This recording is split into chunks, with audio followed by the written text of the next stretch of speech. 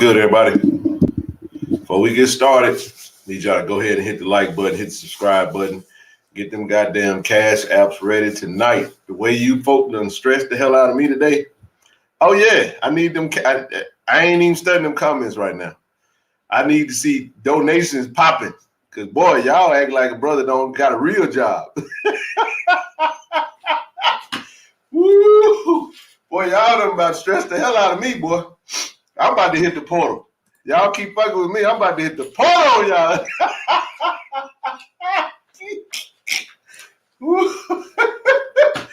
Yeah. Where my true blue tigers at, man? What up, baby? What going on, everybody? Y'all done had y'all drink? Boy, what a day, what a day. Y'all done crying? What up? Oh, man. Boy, y'all, listen, it's y'all fault that I'm late. I have a real job, people, that I have to get. I got to get stuff done, man. You understand what I'm talking about? But my goodness, man. If it ain't one thing, it's recruits. What you say, Nook? I see Nook over here somewhere. Where you at, bro? Where you at? Where my boy Mark? Where my boy Mark? Mark said, hey, boy. Hey, bro, what you tell me earlier? He said, boy, look, hey, Marcus, you got to put in the chat what you text me, bro. You said, boy, I would hate to be King Clark today.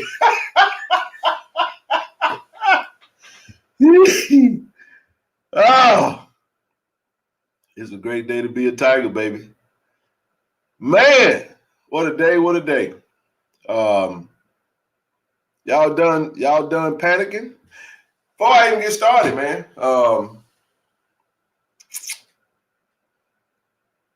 nothing happened today that I didn't expect. Not a thing. It was not one thing that transpired today.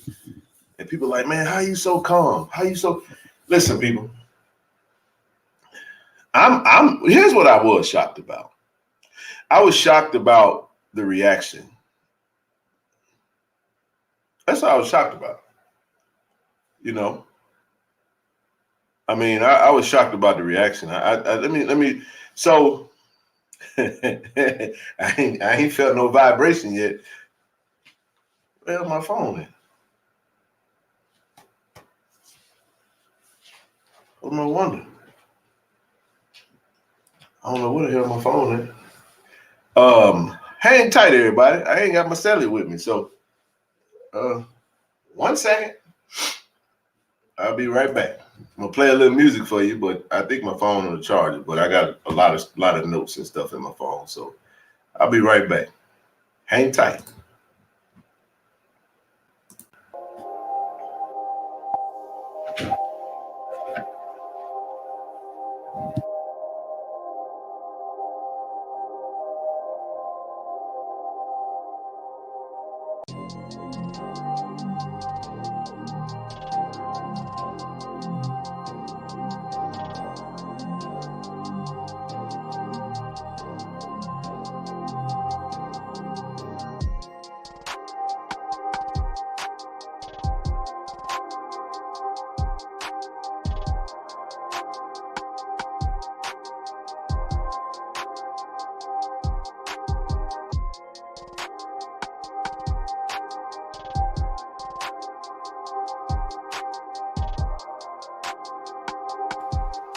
Sorry about that.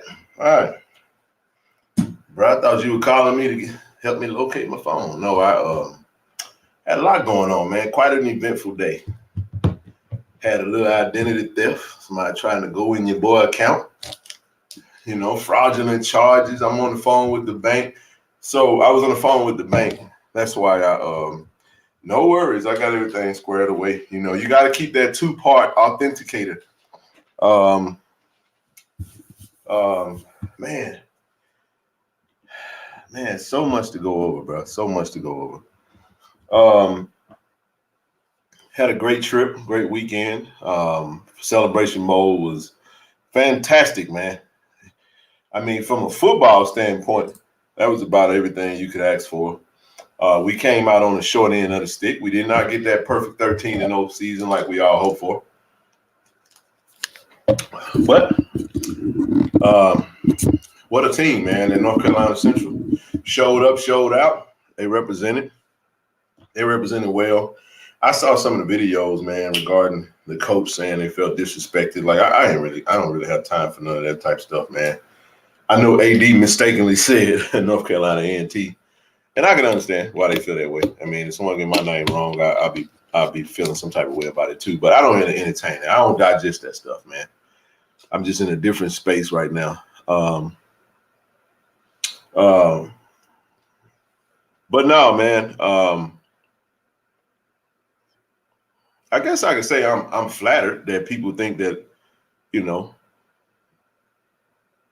people feel like, they can trust me to provide some form of insight on their perspective. But this is so really today just really gave many of us an insight to what the business of college football looks like, you know what I mean, for some of the bigger programs. The difference is that at an FCS level, it hurts a little bit more. Now, this was unique. Let's be real, y'all. For 2 years straight, we've had an opportunity to ride a wave that we just knew wasn't. We knew it was a magical wave, and we hoped that it would last longer. But if we're being honest, man, anytime you're getting big time kids out of high school to come straight to an HBCU, especially in an NIL era. Keep in mind that NIL went into effect while Coach Prime was our head coach. So you guys got to understand there's a lot of money that's circulating around that's getting a lot of people, a lot of young men, to thinking and pondering. And when someone like a Deion Sanders that has been at the top of the mountaintop from a monetary standpoint, success, football standpoint, comes into the HBCU, takes over coaches and starts pushing the narrative of the message, I would say, of coming to an HBCU, and you can be a highway from an HBCU to an NFL. And a lot of kids bought into that, and this is the ugly side of that message. And this is why a lot of people were so, emotional about his decision to leave, which was definitely in his right.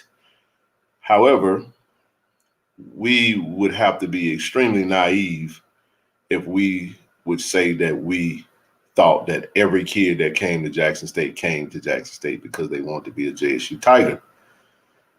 Many of those kids came to Jackson State because Coach Prime was the head football coach. And that's okay.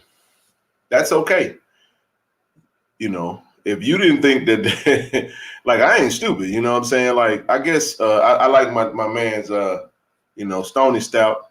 My brother Mark says, hope is delayed disappointment. Ever since he said that to me, it's been stuck with me. So we can hope that everyone stays, and we can hope, whatever. Hey, man, get the likes up, man. Y'all at my mercy tonight. 350 in the room already. I need 350 likes on site. Like the damn stream. And I need y'all to hit that Cash App. Hit that PayPal, man. That celebration mode trip. Put a dent in your boy pocket. Christmas coming up. Y'all need a therapy session. Well, Ken, you going live, bro. I need you to talk. Man, just say something. I need you to make me feel better. I'm like, boy, y'all sound like, how many people's in my inbox sound like Halle Berry off Monsters Ball? Tell me I want to feel good. Make me feel good. Say something, make me feel better. I ain't saying nothing until I see that way.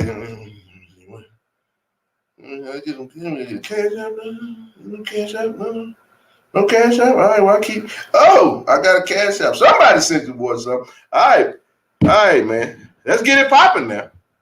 Come on now. Hey, I am not a therapist. But I will give you some JSU therapy. But it's going to cost you a little bit. A little bit. Woo! Oh, what a day. I love my JSU Tiger family, boy. But y'all are stressful. Do you understand me? Y'all don't understand how stressful y'all are. I said, first of all, did anybody get any work done today? Because I'm still incomplete. I got a whole report that I ain't sent. And I know I'm going to hear about it tomorrow. I know I am. Because I spent 17 hours a day on my cell phone. Twitter inbox, Facebook chat inbox, IG. I ain't even been on IG, so if you got an IG message, I just have to get that when we get off the live stream. Text message, phone calls. Oh, it got so bad. I reached out to A.D. Robinson. I reached out to Coach T.C. Taylor. I said, man, I said, Coach, man, is there anything that I need to tell the baby? Like, what you know? Because we had a conversation. We talked. I had the pleasure of sitting in and talking with Coach on Thursday when I first got to Atlanta. Great meeting, great conversation. And everybody's like, man, why are you so calm? I said, I'm calm because I know what's under the tree. I know Christmas this weekend, but Jack, they got a tree, a blue and white tree too. We got Christmas on the tree. Listen, man, I'm going to tell you exactly what Coach said. Let me go to his text thread real quick. Where is it at? All right. And I'm sure you don't mind me saying this, but I'm going to say it because this is what we talked about. I said, rough day, Coach. Rough day in the portal. You know what I'm saying? I said, your boy getting bombarded, man. LOL. I said, is there anything you want me to go? I said, I'm going to go live tonight. Anything you want me to say, put out there, whatever. And he said, look, man. He said, let them panic. That's a true blue tiger right there. We got a true blue tiger as our head coach right now. He said, let them panic, right?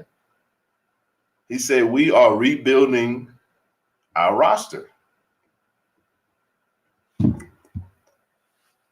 guys that hit the portal will be missed. Yep. And they will be replaced with JSU Tigers that want to be a part of this new movement. That's what he said. And all I said was say less. A.D. Robinson said, bro, we good. Trust me, we good. Say less. But I just wanted to check with him, make sure. I was fine. I wouldn't, I didn't need that. I just thought I'd go ahead and just touch base with him and just see. Because they see it just like we see it, but they working, man. They working. They working because they know that the first game is in August of 2023. Today is Monday, and we just finished our season 2 days ago. I had an alum say, I'm glad you put that up there. What up, Kobe? What up? What up, Blitz City Podcast? I got Coach Walker in this thing. Got DJ in this thing. Got many people in this thing right now. 450 people. Now listen. Savin McGee, 4-star running back. Number one running back recruit come out of the city of New York. He committed to Oregon. Matter of fact, he was Kobe's favorite. Oregon's one of Kobe's favorite programs. Big Savin McGee fan. They played him at wide receiver. Somebody said we need to get some coaches on this staff that's gonna recruit some Savin McGees. I said, who you think recruited him? When we panic, when we in the panic mode, we don't be thinking, man. You can't think when you emotional, people. You know what I mean? So here's what I'm gonna say to y'all. I got a charge for all of the JSU faithful out there. My charge is simple, simply put. When a kid hits a portal, hits the portal, that doesn't guarantee that they're going to leave Jackson State. They're weighing their options. Many of them will leave, but some may return. Your best bet is to just show love, man. Stop venting online, right? Stop venting online, man. Stop doing that. Stop getting online, airing out all your grievances. We need to show love and don't take shots. Don't take subtle shots like, how we all see it. That's in-house stuff. You got something in your mind that, like Mama said, you ain't got nothing good to say, keep it to yourself. You know what I'm saying? Like, This is big boy ball. We played big boy ball for 2 years, man, and we had some big time players in here. But listen, a lot of the portal kids came to Jackson State, and for the first 2 years on the prime, we didn't really lose a lot of talent because many of them wanted to be a part of this. But let me break this down to y'all real quick.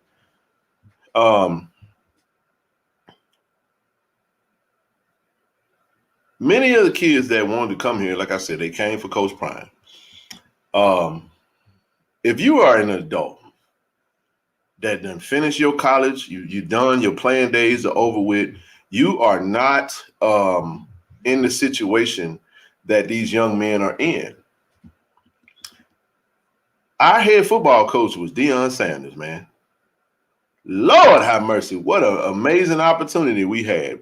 And we had a ride, man. And I'm not going to get into no Coach Prime stuff. Coach Prime era is over. He's officially, gone to his new program. And he's already hit the ground running. And I just don't have time to get into the negative conversations about what he's doing there and what he could have, would have, should have, how it failed, and all of that stuff. All that'll come out the rinse, man. It'll come out whenever it comes out.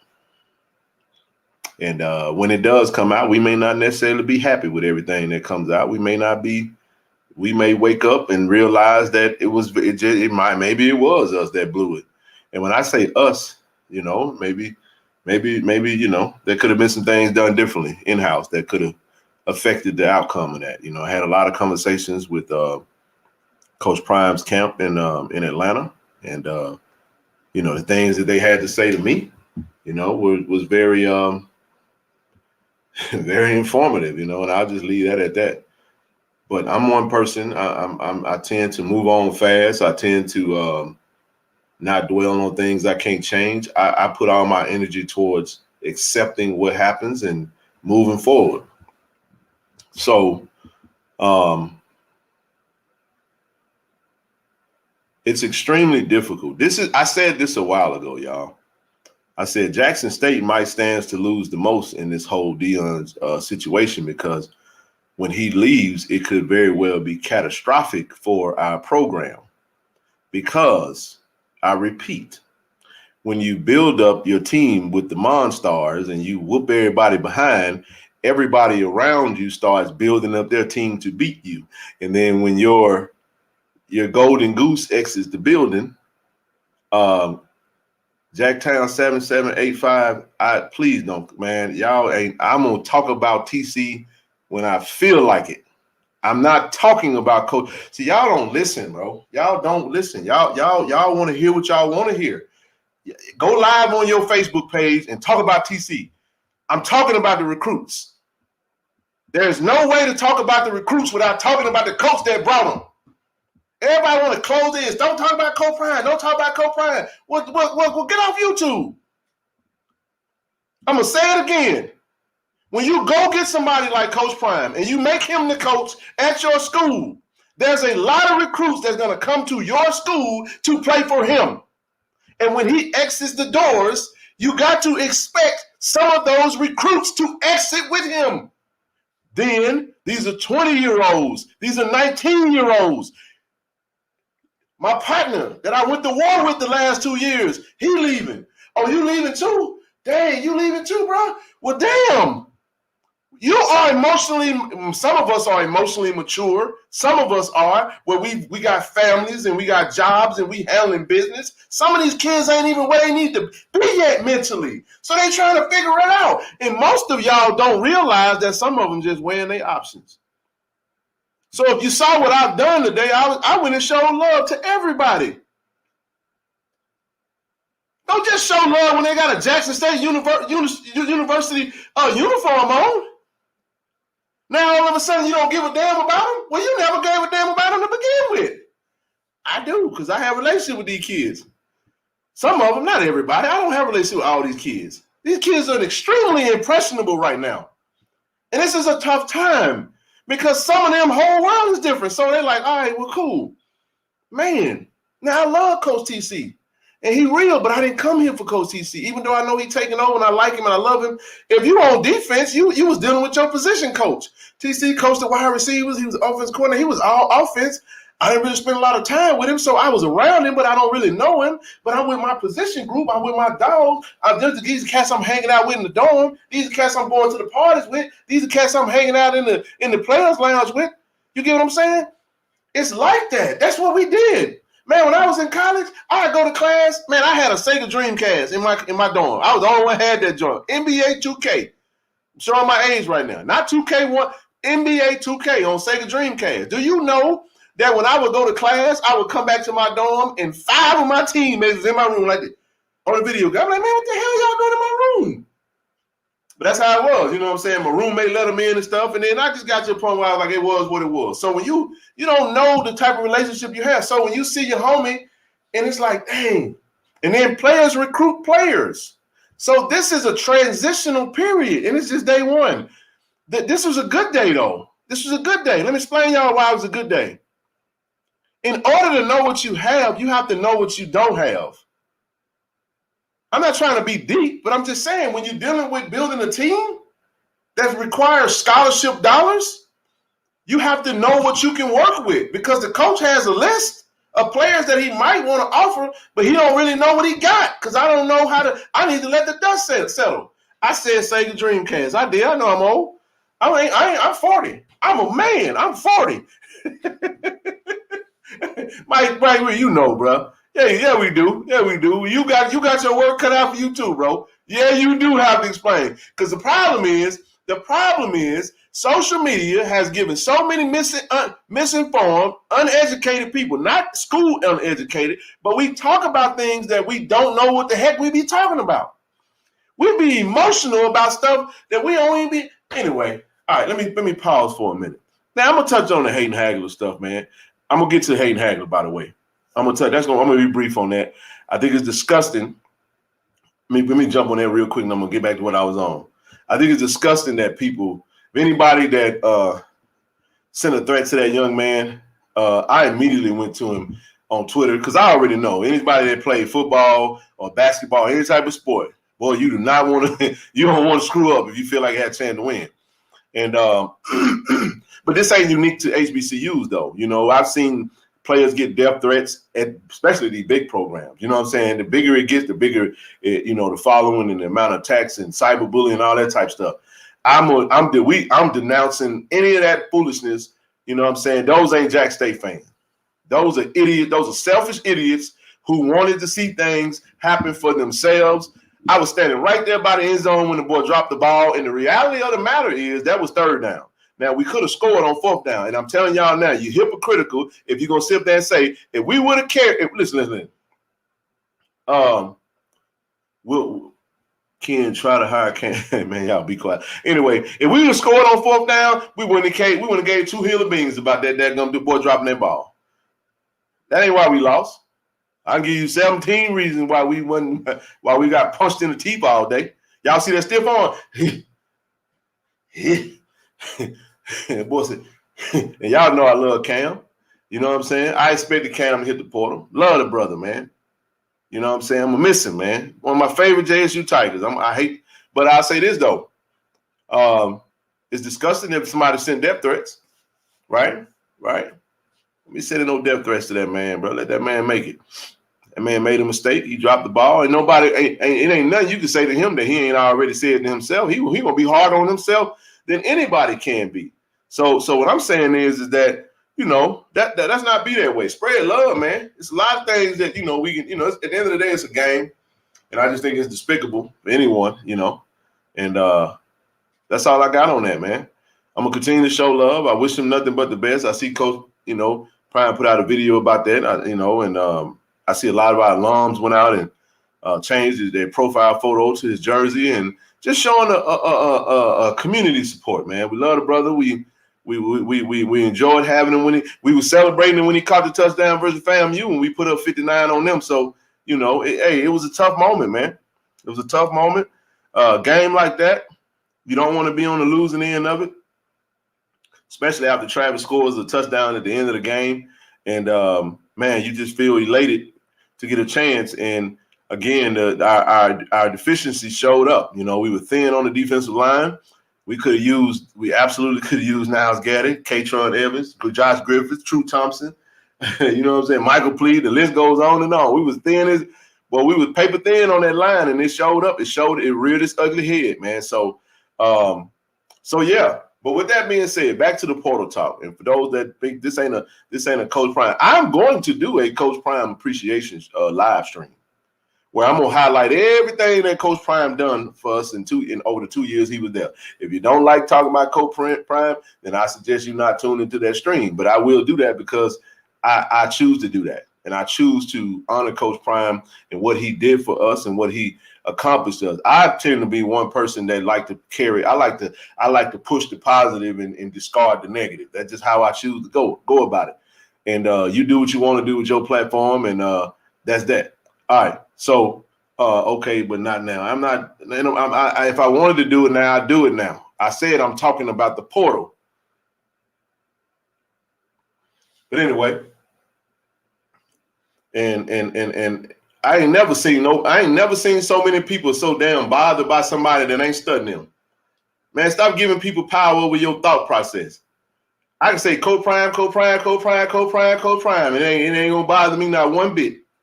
Cause I ain't going over there watching the videos, and I'm not gonna torture myself. You know how many people run and watch stuff that they claim that they don't like. This person said this. Well, what you watching it for? Running over there, run. I ain't never seen so many people run to their pain. Why? What you watching it for? All right, now back to the story. Back to what I was saying. Those are the two reasons. I expected about 40 players to hit the portal. Somebody asked me that at the game. What you think? I said, we had about 40. Yeah, we had about 40 hit the portal. Mostly on defense. You get what I'm saying? And everybody that hit the portal, let me see, did anybody hit the portal today that I was shocked about?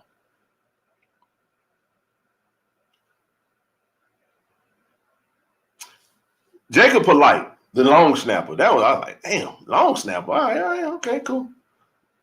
I ain't expect him to leave, but I mean, think about it. You know what I'm saying? I don't know. Whatever. Mata, I expect Mata to leave. I expected K3, Travis, Shador, Shiloh. We know Dallas hitting the going to the draft. We know I expected Tyler Brown to hit the portal. I expected Willis Patrick to hit the portal. Who, by the way, is getting a lot of good offers, man. But I think he's going to Colorado with Coach Prime. Who else from the offensive side of the ball that has hit the portal that I was shocked about? There's some players that I expect to stay that I haven't seen hit the portal yet that I am excited about.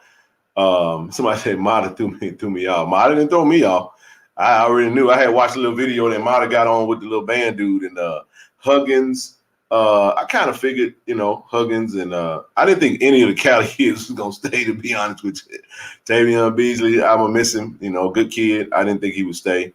Herman Smith, I definitely didn't think he'd stay. His stock went up.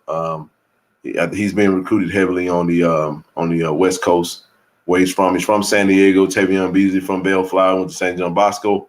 I mean, they might get offers from Prime. Who knows? But I'll say this though. K5, I hated to see him go, hit the portal. But again, you got to think about it. His brother plays at Colorado or played at Colorado. So that was to be expected. I was hoping he'd stay. The one that really hurt, though, I had one that hit me in the gut, and that was Barron Hobson and Jeremiah Brown. Those two I really hoped would stay from a linebacker standpoint. But those are young, smart brothers, and they'll have opportunities, They'll weigh their options, and you don't have to worry about APR with these young men because they go to class. They'll graduate next year, and it won't hit us like that. A lot of the guys that did leave were grad transfers and stuff like that. So I haven't seen any other than, like I said, there's a few that kind of hit and say, I hate that he left. But having a conversation with Coach TC Taylor, and just kind of that look in his eyes, that excitement, that ready to go, knowing what he got coming, knowing the interest that he has, knowing the list that he put in front of the list that they're working on to get over here. The beautiful thing about this is that we have a lot of scholarships, man. And Jack State football ain't going nowhere. You know, I said that Shane Hooks hit it. Now, I haven't seen Shane Hooks hit it just yet. I mean, hopefully he don't. I know I talked to his mom at Friday night, and she did say that he was 50-50, kind of torn. You know, John Huggins, I hope will stay, but again, he's definitely trying to get to the NFL, so he's going to take his best chance. And another thing to think about: whenever you're transitioning in the entire majority of the coaching staff that you played under is gone, the defensive coordinator is gone, the DB coach is gone, the DB analyst is gone, the linebackers coach is gone. It's very difficult to just sit and pat and stay pat and actually wait and see. But here's the thing. They're in the portal now. That means that they could still come back to Jackson State. Once we announce our staff and once Coach Taylor, the staff members are in place, they absolutely can reach out to those players again and actually have them, come back to. That's why I told you the first order of business was to re-recruit the room. You have to re-recruit the room. And this is what the transfer portal means. It means that they enter their name in the transfer portal and they now are really basically have become a free agent. They're basically going to see what their value is. Some of them, everybody don't have the tape that they think. You know what I'm saying? Some of them are going off their old reputation, and some of them didn't really do much, at Jackson State. And my thing is this right here. If you're just going to go across the conference to another HBCU, heck, you might as well stay at Jackson State because at least under the new regime, you already got one leg up on anybody that comes in the door. You get a chance to get on that field because I don't know if y'all pay attention to this, but, the pro football grade for Aubrey Miller was the highest of anybody on the field on the Jackson State defense on Saturday. And then they had a young man that had a high grade too. So Aubrey was the one that went out on the front lines and was like, come home. He took that route. He went to the Power 5 route and came home.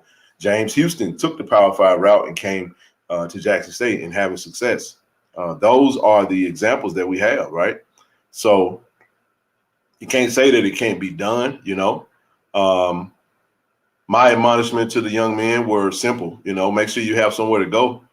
Don't walk away from a free education to go to some school that's you playing in half the amount of people that you played in and you splitting snaps. You could have stayed at Jack State and dominated, you know what I'm saying? So,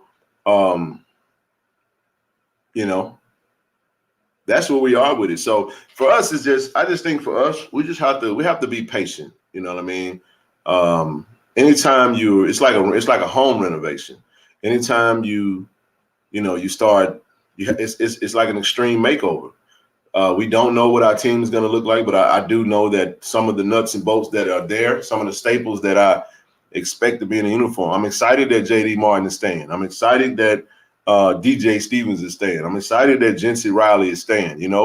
I'm not sure that everybody's going to make a grand announcement, but we want Tigers in the building. If I haven't mentioned their name, if they're not in the portal, we ain't. I'm not gonna really talk about them because, as of right now, unless they announce that they're in the portal, as far as I'm concerned, they still come. They here. My admonishment is this right here. We're in the city of Jackson, and the businesses are in the city of Jackson are seeing that, that there's some chatter out there that we didn't do what we needed to do to to keep our previous coach. What a fantastic opportunity there is for some NIL opportunities. Why don't you sign all the players that committed to Coach TC and stay to NIL opportunities, right? What about the player? If you had an NIL with a player that's no longer in Jackson, you need to transfer that NIL to them. Start with Niles Gaddy. Come on, we got businesses that find a way.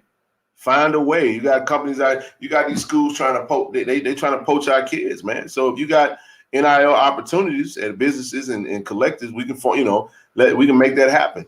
You know what I'm saying? And I'm not saying that, that's not something that many of us can really just do because we got so many gaps to fulfill. But I'm just talking about from a business standpoint. My point is, if there's a business that has an NIL with a player that's no longer at Jackson, then we should be trying to figure out who we're going to put in that place. That's my admonishment to those that's another way you can kind of help, in certain regards. But this is the business of college football, man. I think we need to understand that in order to build it how you want to build it, you have to let the dust settle. Please relax and calm down.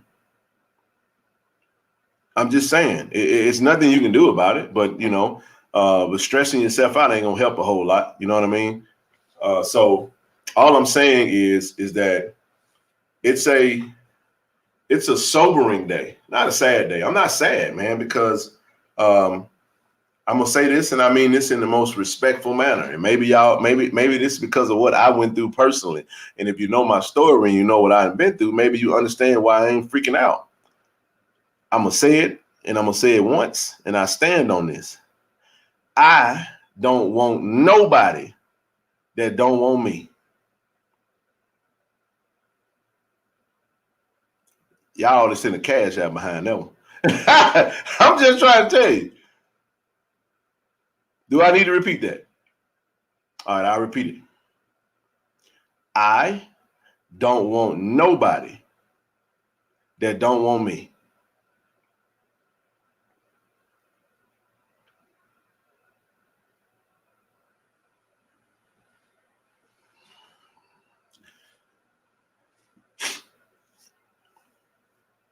If you worked in corporate America, you notice that one of the hardest things in the world to do, if you're in management or leadership, is to go behind a really good manager in a new company and everybody there that loved the new manager, the old manager. Ooh, boy, that's difficult. That's difficult. Because sometimes, the old saying, it's hard to teach an old dog new tricks. People are who they are, right?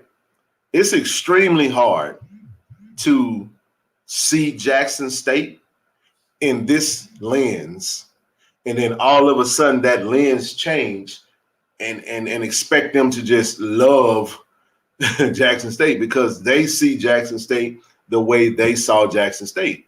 They don't see Jackson State the way you see Jackson State or I see Jackson State. Right?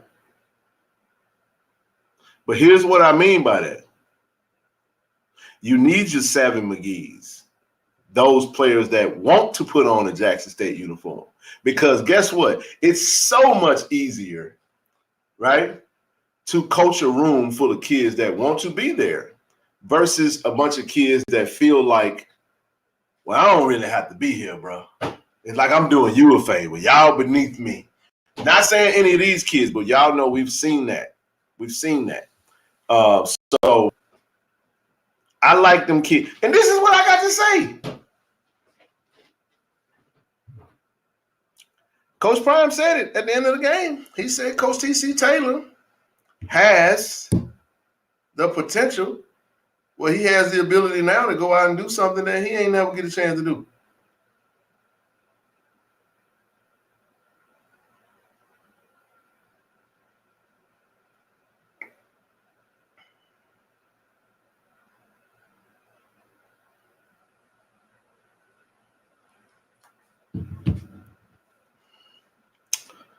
For real. So, no disrespect to anybody. Saw a lot of disrespect on the internet today. So my tweet was simple. TC Taylor going to win the Celebration Bowl. And when he do, it's going to hit a whole lot different. I'm just telling you, man. I had a chip on my shoulder the size of Texas, man. And I still carry it. And, I'm a passionate brother. I wear my emotions on my sleeve, man. And listen, man, I'm wired that way. You don't rock with me, I don't rock with you. You love me, I love you more. That's how I get down. That's how I get down. And I know that our coach, that's how he get down. Our coach want tigers in the room, man. Those that want to be tigers, he want them in the room. And he's not going to recruit down. His first big, look, immediately as soon as he get named, we got a quarterback, we got a big-time 4-star recruit. Just get a man time. I seen the people under the tent, seen the staff he's assembling. I'm like, we're gonna be all right. We're gonna be all right. Trust me. Because one of the things about building a staff you gotta understand is a lot of the staffs come with a built-in pipeline. They have relationships, they have players that they recruited, they have players that's from those teams, they have players that want to follow them. So why do you think if these position coaches that leave their prospective schools and go to another school and they come to our school, why you don't think that some of the players that have a relationship with them will follow them?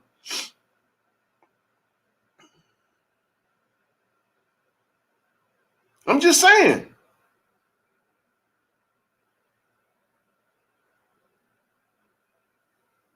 I can't. I'm not gonna say.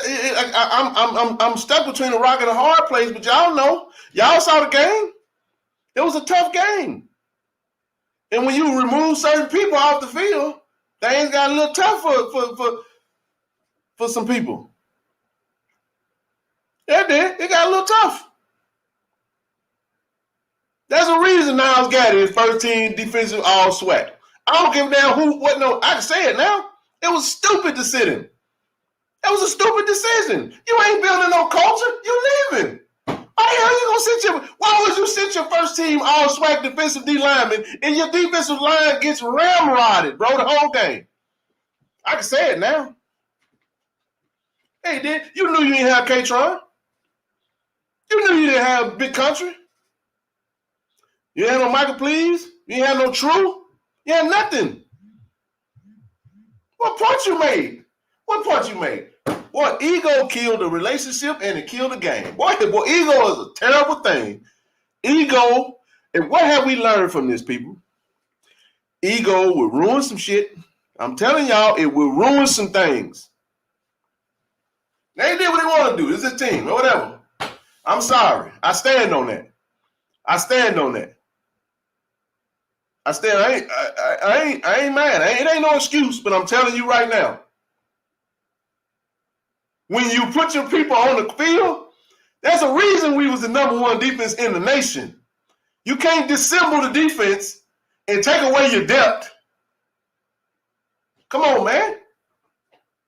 That's why people was frustrated about, like, bro, I know you got to recruit, but bro, dog, you Deion Sanders, bro. Damn, you ain't have to announce all this before the Celebration Bowl. Let's win the game. Man, imagine if you play the game, bro. Because if you play the game, we had defensive linemen. Folks, on the day of the Celebration Bowl, we got defensive linemen committing to other schools and another one announcing that he in the portal. Big Boosie, I'm in the portal, y'all. Celebration Bowl going on. K-Tron, I committed to Charlotte. Celebration Bowl going on. Boy, you telling me that we couldn't use K-Tron, Big Country, True Thompson, Big Boosie, Michael Please, and Niles Gaddy? That's 6 defensive linemen. Now, Devontae Davis, little bro, balled out. Jeremiah Williams, balled out. Our 2 players, I really hope. If you give me, let me tell you something. Give me Niles Gaddy, Devontae Davis, Jeremiah Williams, Gervonta Davis, KJ Arrington. I can start there. We can work with that. We can work with that. We'll add some pieces. We'll add some pieces.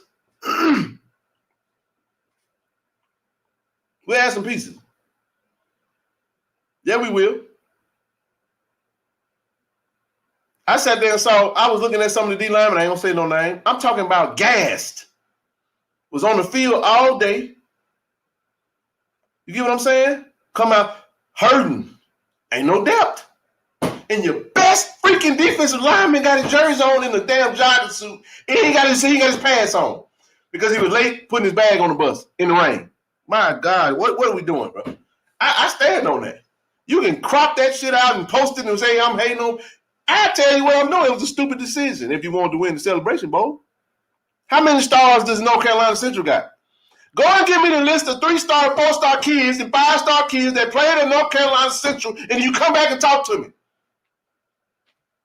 Give me a list of them, because I can assure you that Jack State had far more than they did. That's why Trey Oliver went out there and put on a coaching clinic. Because at the end of the day, it's about X's and O's. Yeah, you need the Jims and Joes. But how many times do we got to go to the Celebration Bowl and get out coached? We got out coached severely.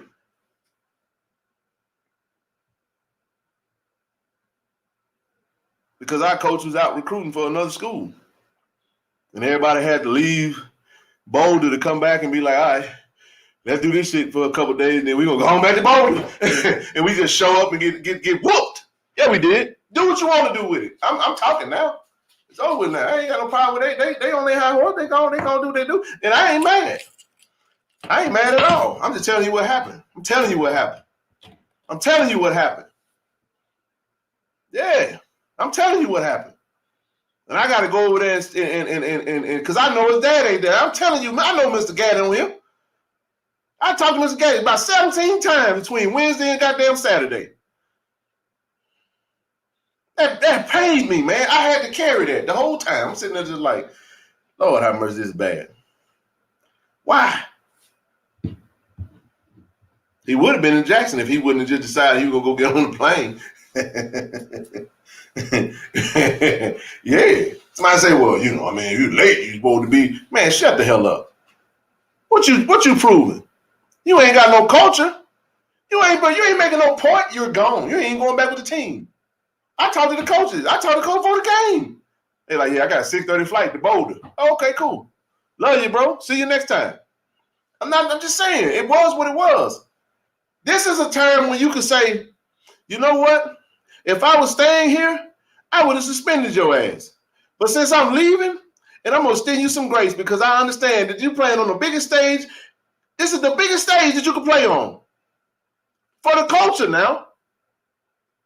And you take away an opportunity from a young man that got a chance to go make the same goddamn bag that you just made. I'll never make sense out of that. But it's for the kids, though. No, it's about ego. It's about two men that couldn't settle their ego, and everybody else got to suffer for it.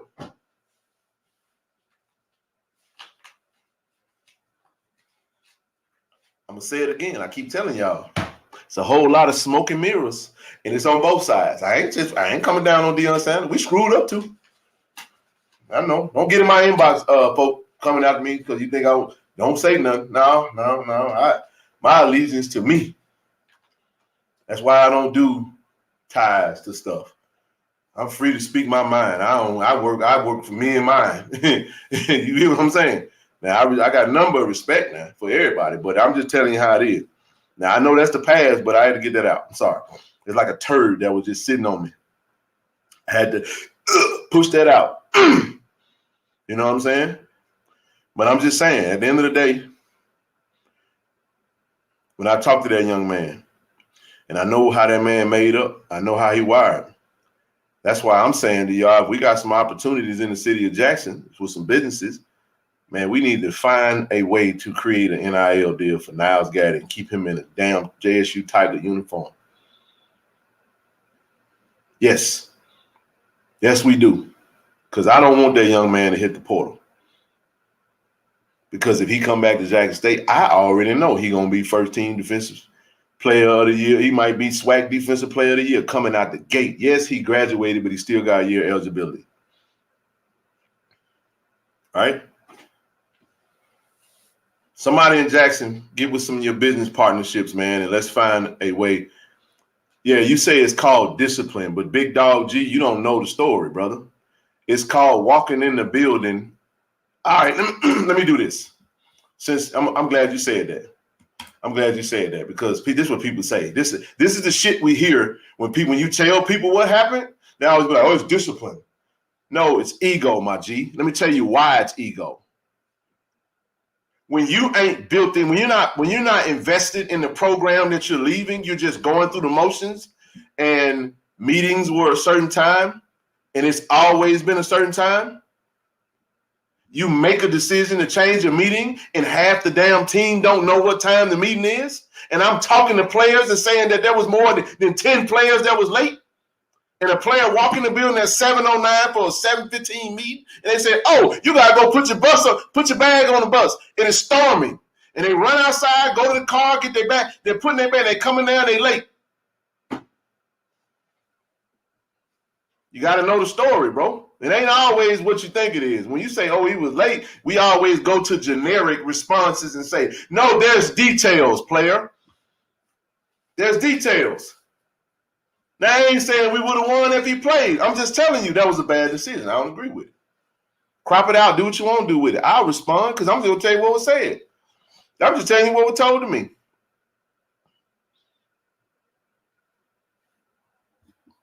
Just saying. You know, I know who he had issues with internally. I ain't gonna say no names. I'll just leave it at that. The CEO had made the CEO made the last decision, and we live with it. But the reason I'm saying that is because it's very tough for a player, man, to feel like he failed his team, man, and knowing damn well that man ain't, man, like, damn, bro, why I gotta go through this? And I mean, to see him stomach that, and to see him put his jersey on, and to see him out there rooting on for his teammates, I want a man like that in the uniform for me, man. I want that man to be a JSU Tiger. Because I know he got a chip on his shoulder. And I'm saying, if it ain't done enough for you, every player, listen, I ain't knocking the players that hit the portal that wearing their options.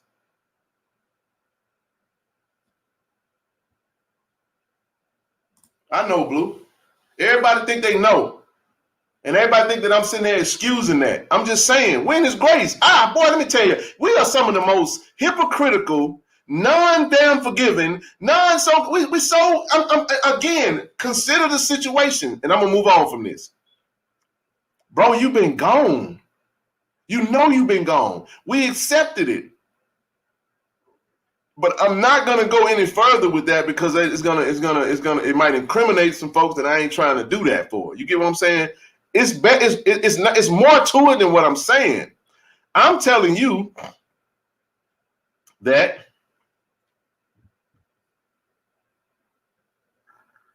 what led to it, I know there was an incident earlier that week where he was a few minutes later, whatever the case may be.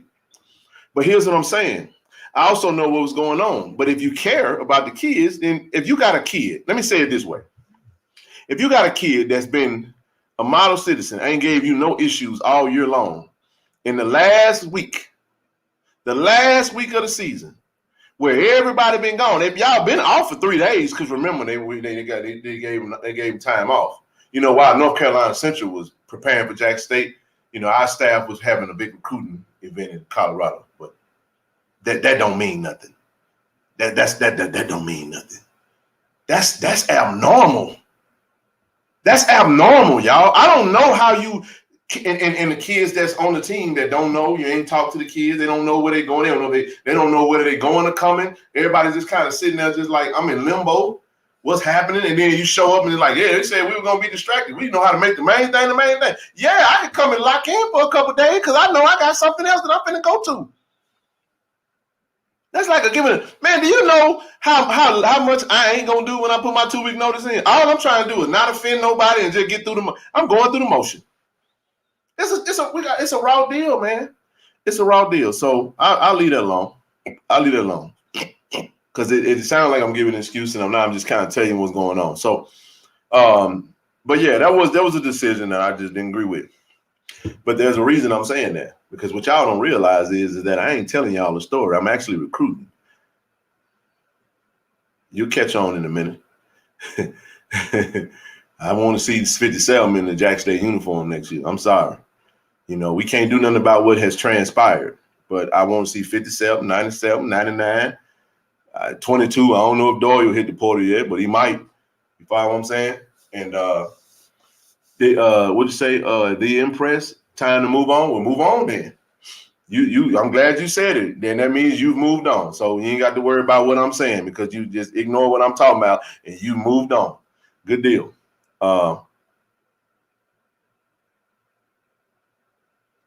But yeah, so the thing is this. We are moving on. The way you move on is I move on through expression. Once I say it, I move on from it. And it is what it is. So if y'all think I'm just over here just ranting, no, I want Niles Gaddis to stay a Jackson State Tiger. I'm not sure with True Thompson. I don't have an update with every player. But if any of the players at Jackson State that's currently on the roster still that haven't entered the portal is watching on the stream, you dadgum right I want to keep Savion, Zach Bro, Evan Henry, Kurt Ford. I know Debo graduated. Patrick Willis is gone. to the portal, and Tyler Brown's gone to the portal. J.D. Martin is staying. Tito, let's stay. Savion, most definitely, I want him to stay. Trevontae Rucker, I want him to stay. Malachi Wyman, I want him to stay. Let's go down through it. Jonas Fortillion, DJ Stevens is staying. Jency Riley is staying. I want Jalen Hughes, the cornerback, to stay. AJ Petty, I want him to stay. South Goddard, the safety, stay. Who else ain't hit the portal? Like I said, I already mentioned 99, 57, Jarante Davis, KJ Arrington. And those are some of the ones that played more specifically. And I want some of the players that's actually in the portal to come back. Oh, yeah, I do. Yeah, I do. We got Isaiah Kendall coming in. We got Mike Williams coming in. So Isaiah Kendall is a 4-star player, the number 2 player out of Arkansas as a wide receiver, has doubled down on his commitment at wide receiver. I want Shane Hooks to stay. Just saying, folks, we got some time. Stud Steele. I want everybody that want to be a Jack State Tiger to be here, because what you do is you build it around the core. Hayden Hagler, absolutely. Hell yeah, I want Hayden to stay. Quay Davis, you mother right. Yes, indeed, I do. Heck yeah, I won't stay. You know what I'm saying? Might say this is your white female trainer in the portal. I think the way she massaged Coach Prime toes after he got amputated. If I was Prime, she'd be in Colorado with me. Shit, you crazy? I'd be taking her with me. If I was him, I expect her to be gone. I fully expect her to be gone. She came when Prime was here. I expect her to leave with him. You know what I'm saying? So, but that's just how you do it. You cut your losses, man. I told all the kids, look, you go see. I talked to Matt, Matt Vitale, I think Norman might stay. I don't know. Hell, we see who stay. But when you got 7, this is who we got committed so far. Philip Short, we got a quarterback coming in. We got 3 wide receiver commits. That's stars. So you got, I'm gonna just say 7 McGee. Kobe, forgive me.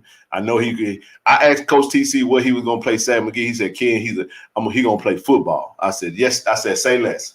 That means he gonna be everywhere. You get what I'm saying? That means punt return, kick return, running back, wide receiver. He might wildcat. I don't even know what we do with it. You know what I'm saying? Like, we can do everything with it. So working on another quarterback. Actually got a second commit of a quarterback. I ain't mentioned no names on that, but definitely happy about that. And whenever that come out, it'll come out. But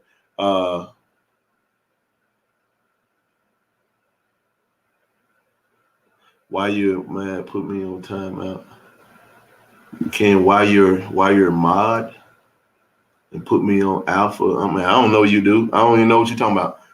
Anywho, so the reason I'm saying is 751 people in on the live stream. Hey, hit the like button. Go ahead and leave a donation now.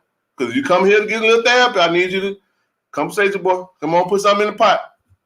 Put something in the pot. I'm gonna work hard for you. I'm telling y'all right now, starting next week after signing day, I might come to you daily. I think I might do a daily drip of live streams and just Gerardo Beza, he's still with us, Matter of fact, Lawrence, if you own, bro, you call me. I was working. I know of another kicker that's itching to get. Actually, we got 2 kickers itching to get to Jackson, by the way. So yeah, don't worry about that. Don't worry about that. Do you feel what I'm saying? They said this alpha dude is a clown. Oh, okay. I ain't worried about him. We ain't gonna worry about no clowns, man. We don't do no clown show. But no, man. Seriously though. So when you are able to accept money I have no idea when YouTube gonna allow me to accept money. But you see that Cash App, don't you? I can accept them immediately. YouTube, I gotta wait a month. I get paid once a month on YouTube. I mean, you gotta earn that. You gotta work, and then you get paid like 21 days after the following month. So no. Just hit that Cash App, that PayPal, baby. Come straight to me. It's Christmas time. I got girls, man, and they begging right now. They know daddy. They think daddy rich. Because I told them I'm rich, and they believe me. It's Coach O Stan. You better believe he's staying. Of the previous staff that's staying that I know of right now, Coach Morton, who's the GA / analyst last year, is going to be what I was. He'll be staying on. He was working with the running backs under Coach Fleet. So looking for him to stay. Definitely Coach Otis to stay on. Hey, Blue, you know exactly what I'm talking about. Anybody that do YouTube know exactly what I'm talking about. You got to goddamn it work the whole month, and then you get paid the following month on the 21st. I ain't BSing. Coach Mo, I talked to Coach Mo. All right. Ooh, I'm glad you said that. I'm glad you mentioned Coach Mo. I was told Coach Weeks recard more and Otis really supposed to be staying on staff. But let me say this. I talked to Coach Mo before the Celebration Bowl, and he gave me some really good intel on just strength and conditioning, right? So this is something to consider, y'all. So he was at Georgia. A typical program like Georgia, this is how far off we are from some of these Power 5 programs. We don't understand what all is into that, right? He took more than half a salary slash to leave Georgia to come and be our strength and conditioning coach. And at a place like a Georgia, they have about 10 strength and conditioning coaches. I'm going to say that again. They have about 10 strength and conditioning coaches. I was like, what? Yes. Now he's coming thinking he's gonna be doing just football, right? And he like, bro, I left Georgia, came to Jackson, took over a half of slash, and I'm covering 6 sports, man. He like, man, it's just 2 of them. You got 2 strength and conditioning coaches at JSU. And you come from a situation where it was 10? I was like, damn. I said, what about the money? Like, how will you say? Yeah, it ain't. Man, a strength and conditioning coach can make anywhere from $500,000, man. You follow what I'm saying? He can. And I think this is what I'm talking about. We be like, I want Coach Mo to stay. I do too. He's a great strength and conditioning coach. Now you see why, we don't pay on this level like them Power 5 schools, man. It's hard to turn down an opportunity to double your salary to do one simple. So let me get this straight. All I'm working with is football, and I'm gonna make twice as much as my salary. I'm out. So we can't put expectations on these coaches. Coaches are real people, man. We want these coaches to do stuff we ain't gonna do. You want me to take less money and do more work just so I can make somebody I don't know that's screaming "Thee I love" happy? No, it don't work that way. We have to be a little bit more. Our biggest problem, and I'm gonna keep saying it. The average football fan's problem is, for the most part, people that complain the most are self-centered. Because what they're doing is they complaining because things didn't happen the way they wanted it to happen. So,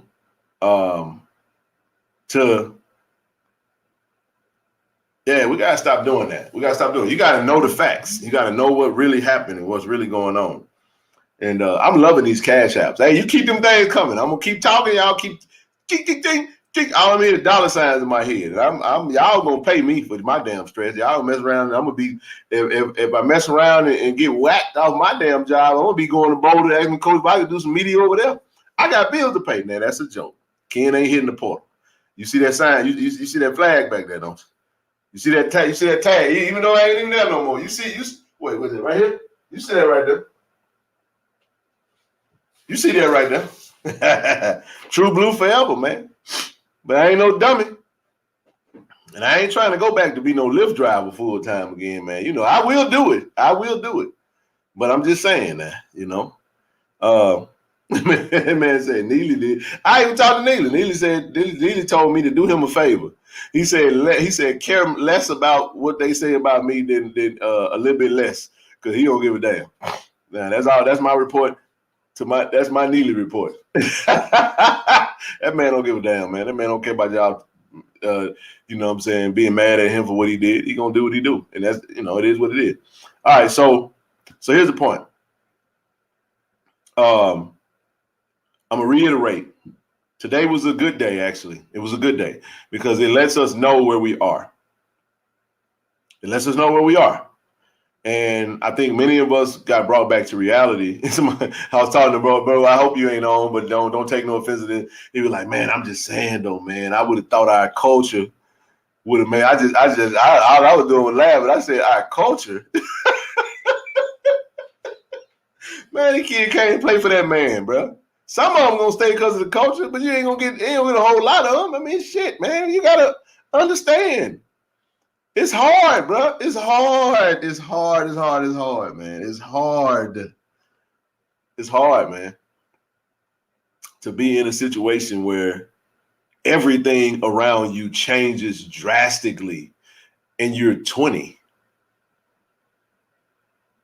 Give that some thought. But the other part, this is the flip side to that. It worked both ways. So the thing I'm telling y'all to do is to give Coach T.C. Taylor time to vet out who's going to stay. Let him assemble his staff. We will have a full football team that's ready to compete by the time we roll out the ball for the spring game. You don't need to know everything right now. Today is Monday, and we just lost the Celebration Bowl 2 days ago. And we acting like the damn world is over because, man, we ain't got no team. The kicker, too.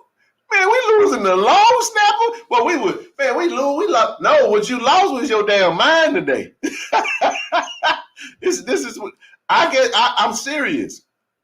And I'm gonna be serious when I say this. I absolutely appreciated the conversation that I had with him and A.D. Robinson.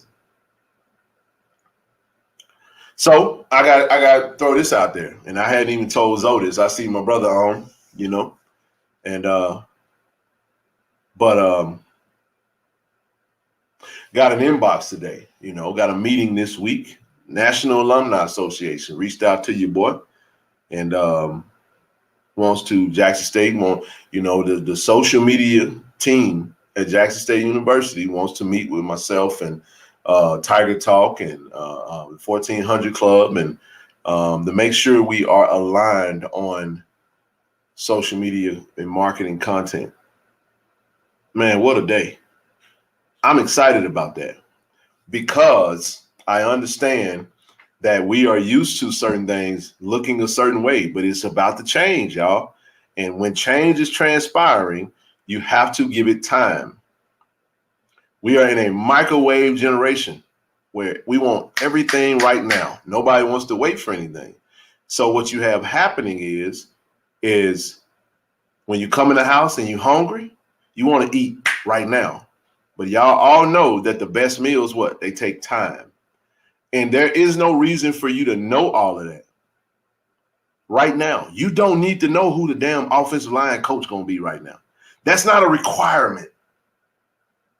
Your suggestions to get out of my inbox telling me who we need to hire is I'm going to charge you. Listen to me. You inbox me, you ask me questions, I'm gonna reply with a screenshot of my Cash App. Therapy sessions with Ken Clark, 1400. Man, it doesn't matter who's in on the meeting. You know why? Because if you have the right people in the room, the wrong people will always get overshadowed. If I don't take a back seat to nobody if I know my stuff. That's why I don't talk about stuff. It's not about me. But I personally have learned to, if you don't know what you're talking about, shut up. Shut up. You don't know everything. You don't have to give an opinion on everything. They don't. You don't. You don't have to know everything. I don't have to know what TC Taylor's doing right now. I hope bro is watching the show with his family and his kids and having a good dinner right now. Getting some rest. That's what I hope. And working at the same time. Because I know he has a plan. How do you think he got the job? Do you know that there's some people, some Jackson State fans and people that actually believe that TC Taylor got this job because he was a Jackson State Tiger? Man, you crazy. Put some respect on our AD name. Put some respect on our AD name. And we was bouncing a lot of ideas around in the chats today. Do you know that ideas are worth millions and thousands and millions of dollars if it's in the hands of the right person? Everybody got a great idea for what we can do to make things better at Jackson State. But when somebody gets on in front of everybody and say the infrastructure has to be put in place, do you know what infrastructure is? Infrastructure is when I have a great idea and I have organization and systems in place that allow me to take this idea and transport it to the right people and let them do it and take care of it and activate it and put it in motion. That's infrastructure. That's what that looks like. It's this. And me and Zoe used to say this all the time. We got to start running HBCUs like a mom and pop shop and run them like an actual business. How do you hold people at school accountable? Ask the right questions, talk to the right people, apply pressure,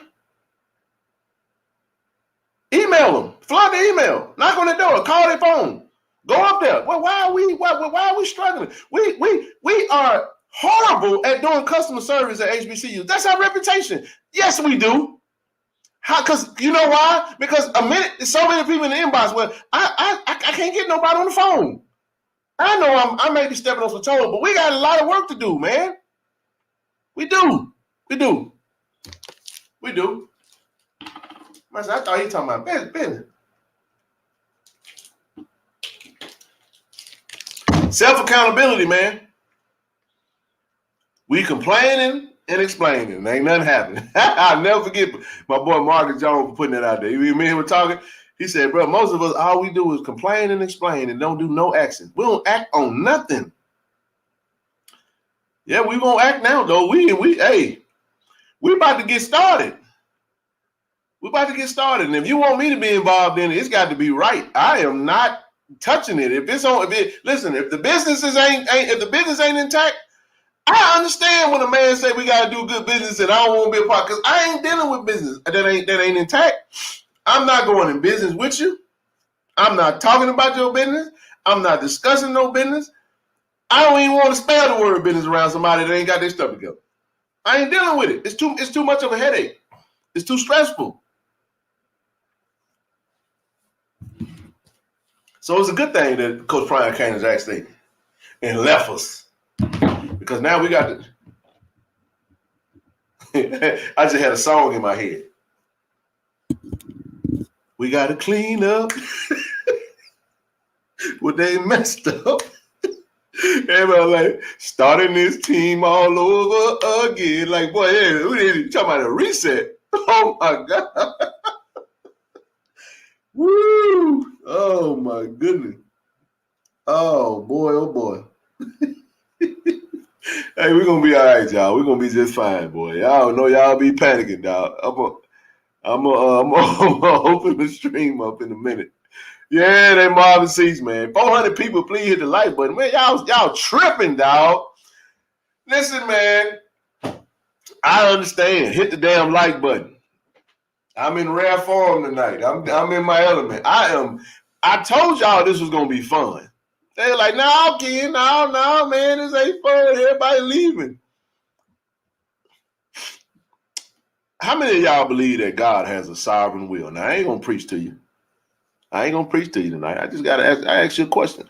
How many of you believe that God has a sovereign will? You know what sovereign means? It means the highest power. That means that it don't make no difference what you think about it, how much you worry about it, how much you kick and scream about it. What's going to happen is going to happen, and it's going to be how it's supposed to be.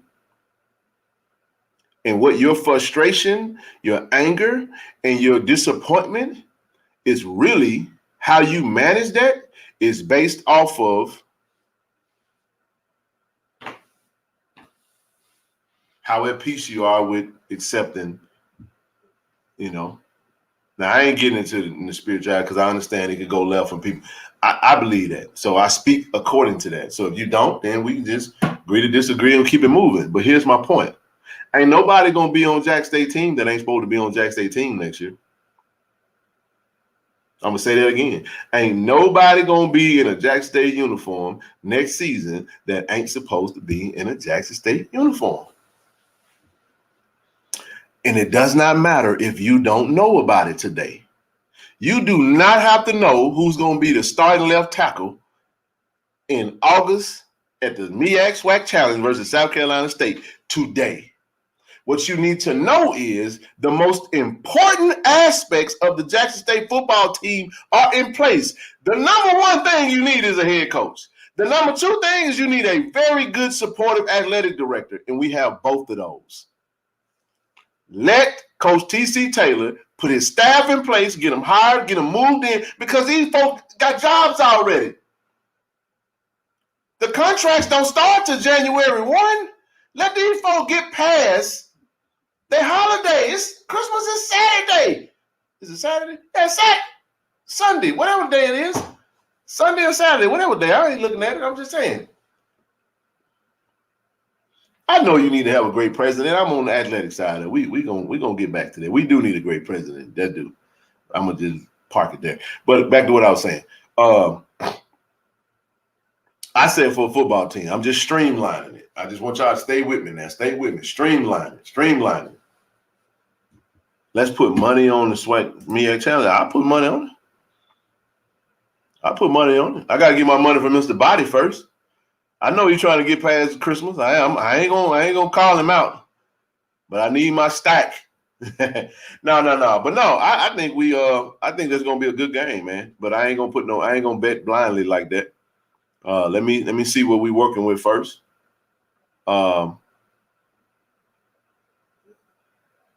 Conrad, I ain't really interested in discussing that right there. I don't know if Hooks is staying. So right now he ain't hit the portal. He's 50-50. Maybe he will, maybe he won't. I know he loved Coach T.C. Taylor, and he has a year to figure out, try to whatchamacallit, you know what I'm saying?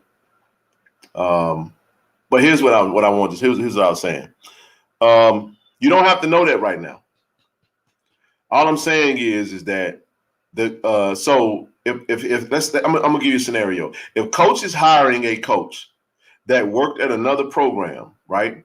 If any of those coaches have a family, I mean they got wives and kids, and their kids are in school. So when they're thinking about accepting a job, they have to look for a home. They have to consider the work, the salary, all the good stuff. And once that's in place, then they have to get, moved and get started, then get situated, get to the city, try to meet the players, and then get to work.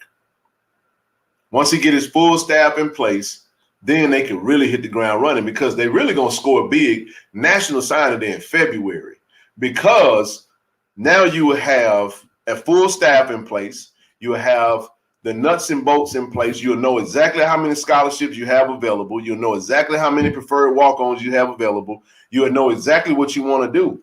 And then you go ahead and you implement it accordingly. Once you get these pieces in the building, because right now you're looking for kids that can get to the campus in January. You want to get some commitments, but you're looking for some kids that's going to get on campus and get started ASAP. You know what I mean? Joker is injured. I think he had a back injury. Could be career ending, but we don't know. Just keep him in your prayers, man. So yeah, that's where we are with that right now. Logistics, absolutely, Joey. Logistics. So it takes time. And again, I'm gonna remind everybody, we were losing our mind today, and the day just Monday. So it was a good day, because it felt like, of course, we got to recruit. We're already recruiting. How you think we got Savin McGee? How you think we got Mike Williams? How you think we got Phillip Short? How you think we got who else that committed to us? The big offensive lineman from Itawamba, I think.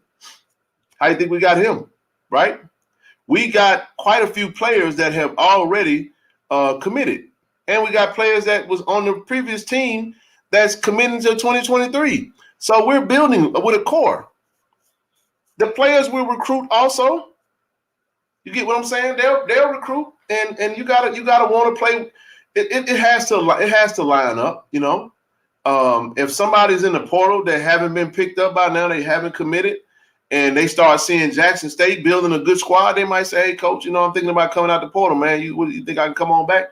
And they might say, "Yeah, I can do that. Oh, come on back." Now I know I got a Michael Please, but I love for Michael Please to come back. Isaiah Spencer, ? Isaiah Spencer coming to. That's my little bro right there with Madison Central. Yeah, I expect for us to sign Isaiah Spencer. Now, I'm not giving you no intel because I don't know. You get what I'm saying? But yeah, man. So, yeah, man, I just Thad said he just committed. Y'all had me thinking that somebody just committed. I ain't looking at my phone right now. Did we get a commit or something? Y'all start play with me now. I'm gonna log in and check it out real quick just to see. I know y'all. I like the way these cash app looking. Keep them coming. Keep them coming now.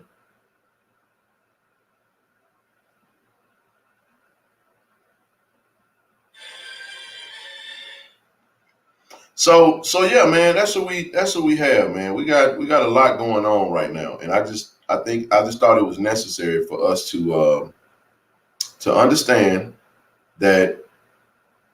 Somebody asked me, am I an MC grad too? Yep, class of 2000.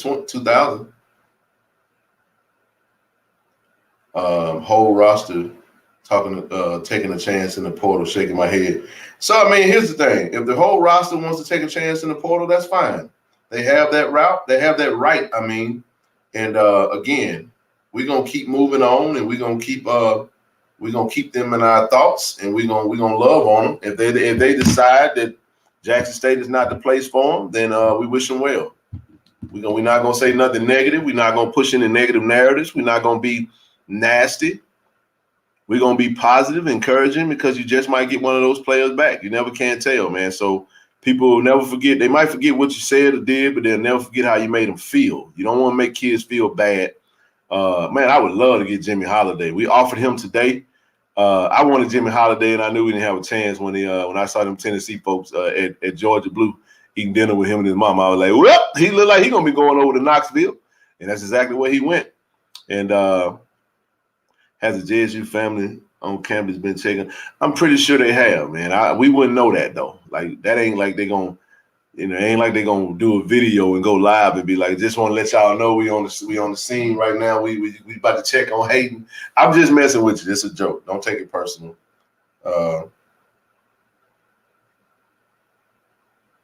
And,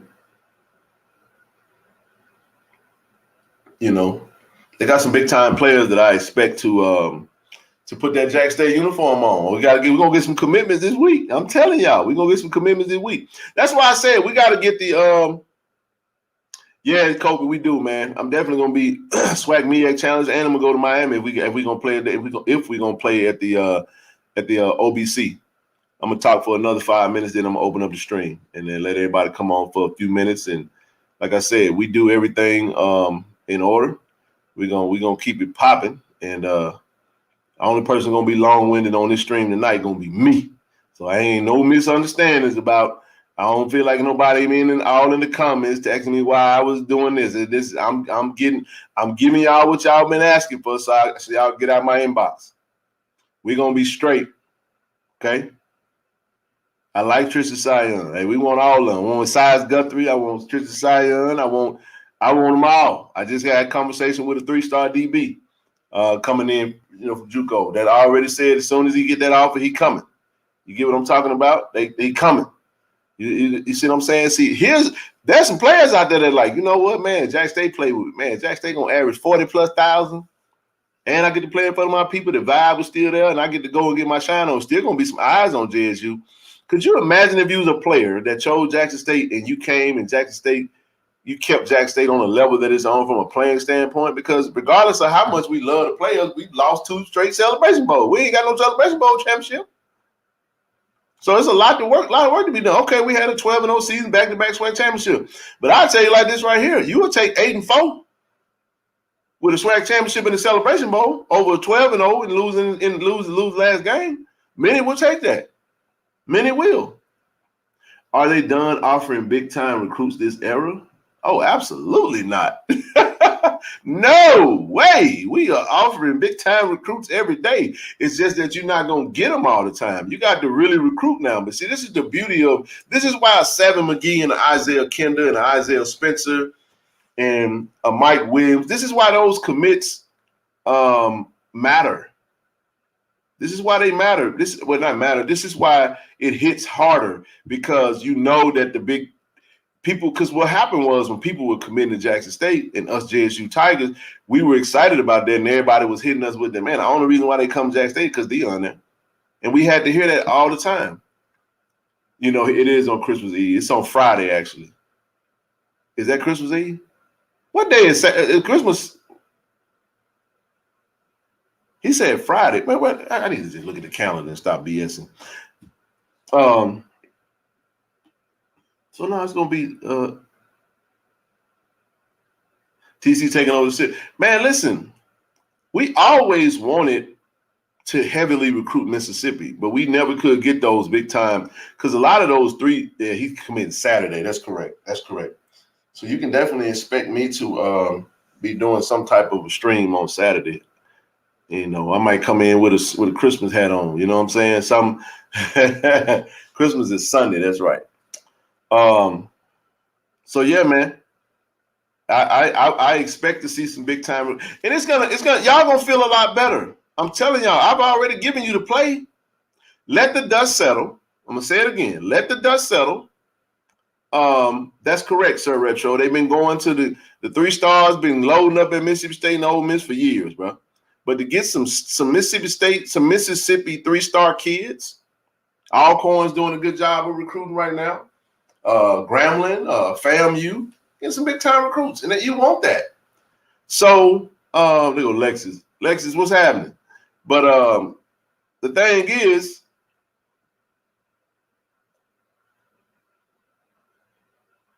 it don't make no difference. You got players. You just want players that want to be in the building, that want to play, and everybody don't have the same experience. Those kids that went Power 5 first, they're looking for something else. Some of them want to still go to an HBCU,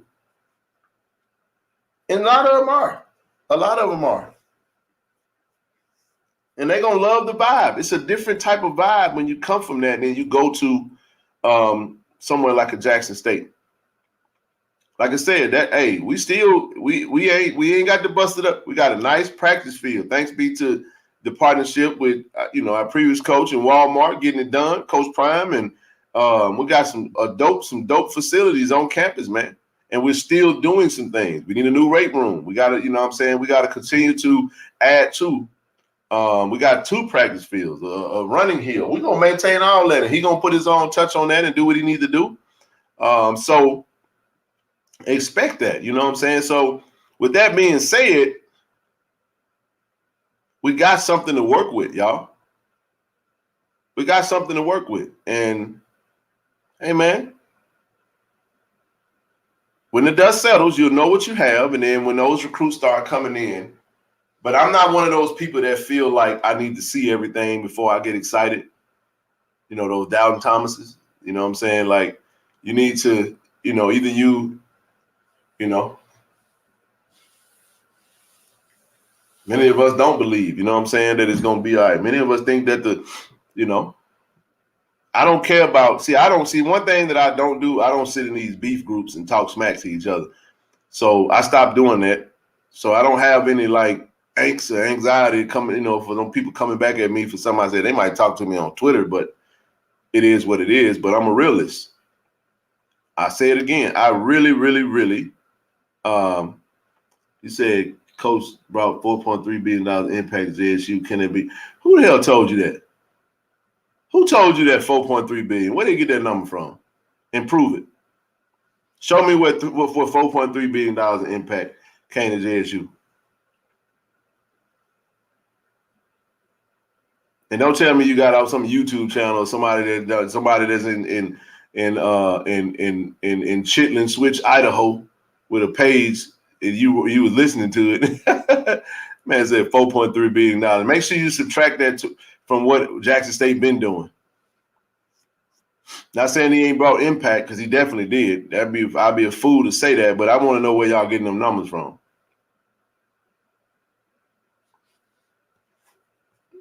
I still be wondering where they come from. Like I be wondering. Might say maybe 43. Man, the money, it definitely was. The impact was people put a value on the marketing, the marketability, the social media, the brand awareness. They monetize. They give you monetary figures on that. I don't need YouTube. I teach economics.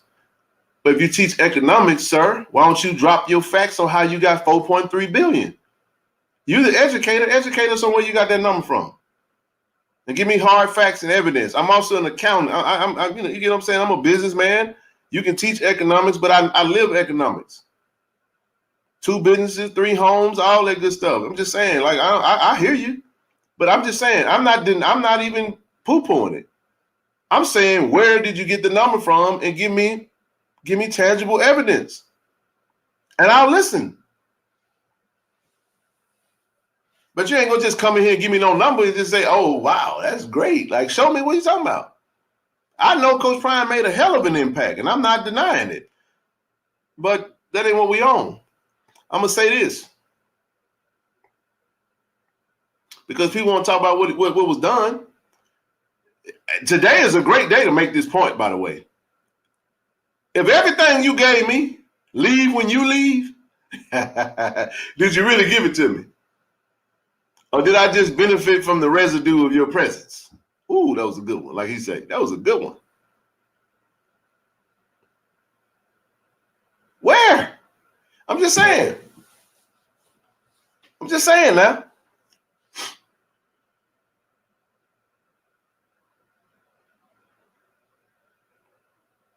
Because to me, today felt like a gut job. Like that's why folks were panicking. Like, man, I feel like they done came and took our ribs, our lungs, our liver, our kidneys. Like everything was gone. We just depleted over here. You know what I'm saying? The man said he must mean 4.3. But no, man, he made a phenomenal impact, man, and he'd be severely missed in the community as far as like impact. He's already doing big things in his new home, and we wish him well. And but we talking about the our brother, our Tiger, that's taking over the program, that's put in place to stabilize this thing and right this ship. But I'm just wanting our people. I'm glad I got as many as I do, because I feel like I'm reaching quite a few. 758. I hope I got 759 likes. Everybody hit the like. Everybody send a Cash App donation, PayPal donation, however you want to do it. Donate to the page. Don't just sit here and look at me. You know what I'm saying? Because some of y'all tuned in to see how I'm gonna be. See how we dealing with all the people hitting the portal. I'm fine. I try to tell y'all, I'm good. I stand on that, right? And we're good. Our leadership is good. We got a lot of things happening right now. And unfortunately, you guys are not going to get updated every single day on what's transpiring. And just because you don't see it, we got to get out of this mindset of thinking that if it don't happen on social media, it ain't happening. People are working. We got a lot of Jacksonians and Jack State Tigers that's putting their work in behind the scenes, trying to make sure that there's checks and balances in place, trying to make sure that there's some things that's in motion. You know, many of us have been charged to do more. I'm telling y'all, man, we need to sell 10,000 or more season tickets this season.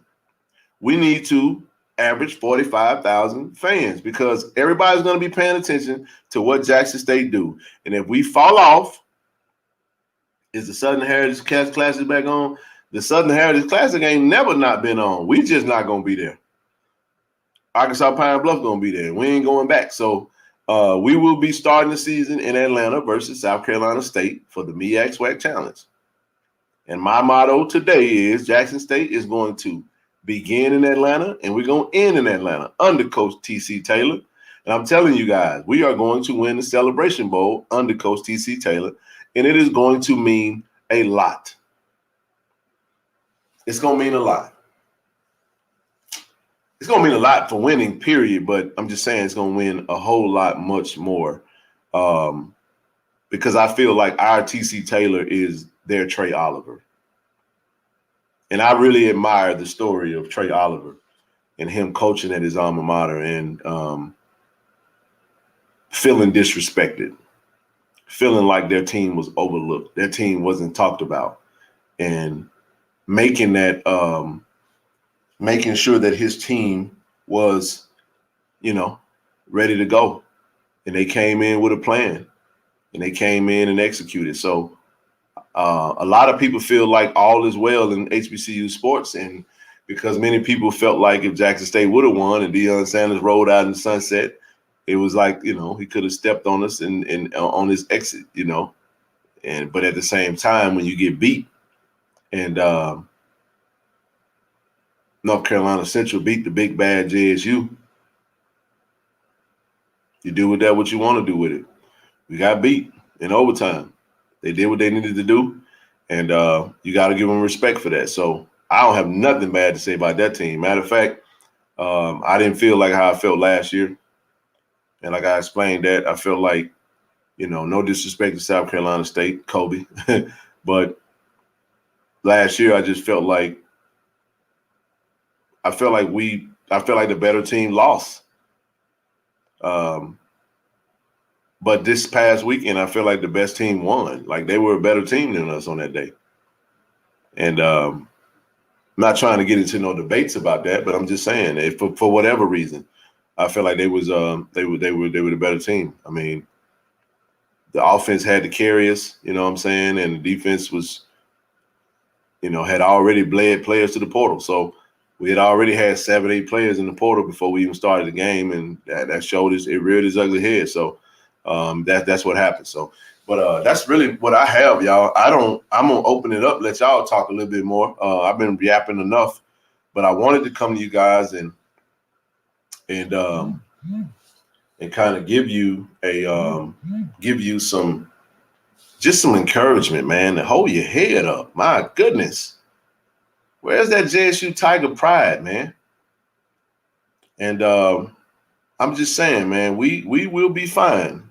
We already fine.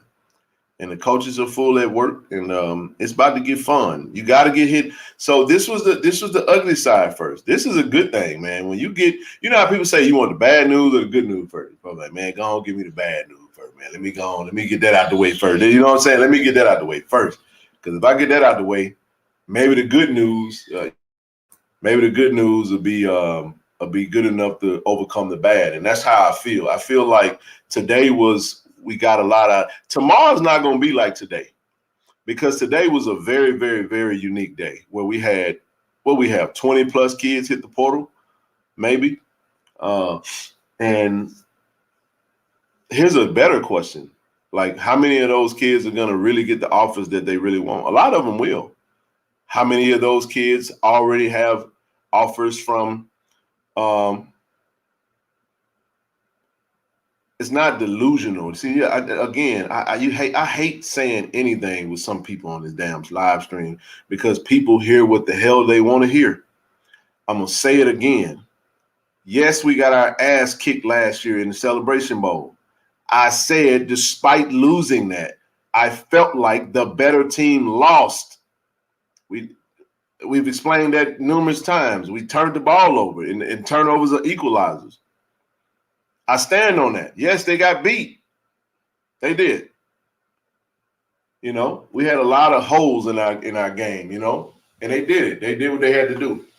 They came in, they had a month to prepare, and it was what it was. Y'all saw what the outcome was.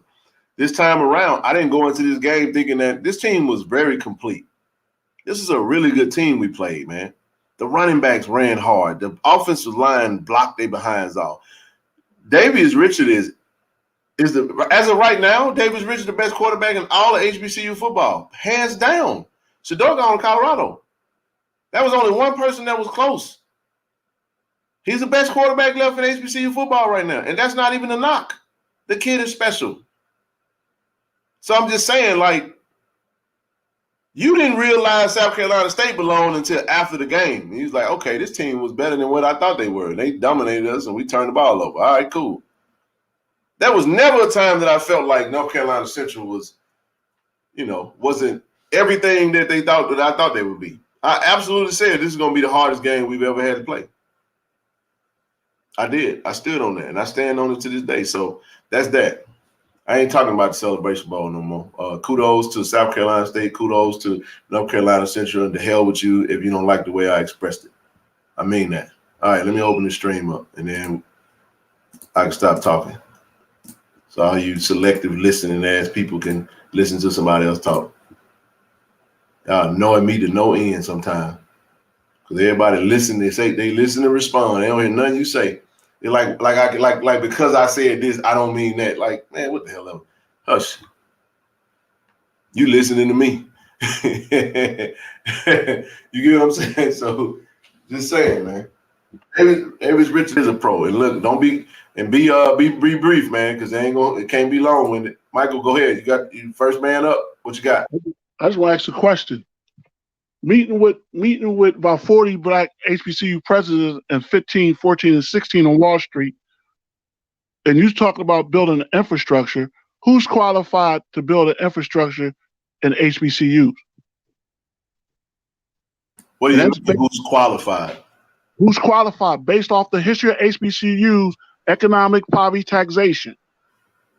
Who's qualified, especially in Mississippi, the poorest state in America? So who's qualified to come in there to address the economic poverty taxation problems facing HBCUs? You serious? Yeah, I'm serious. They in a serious position.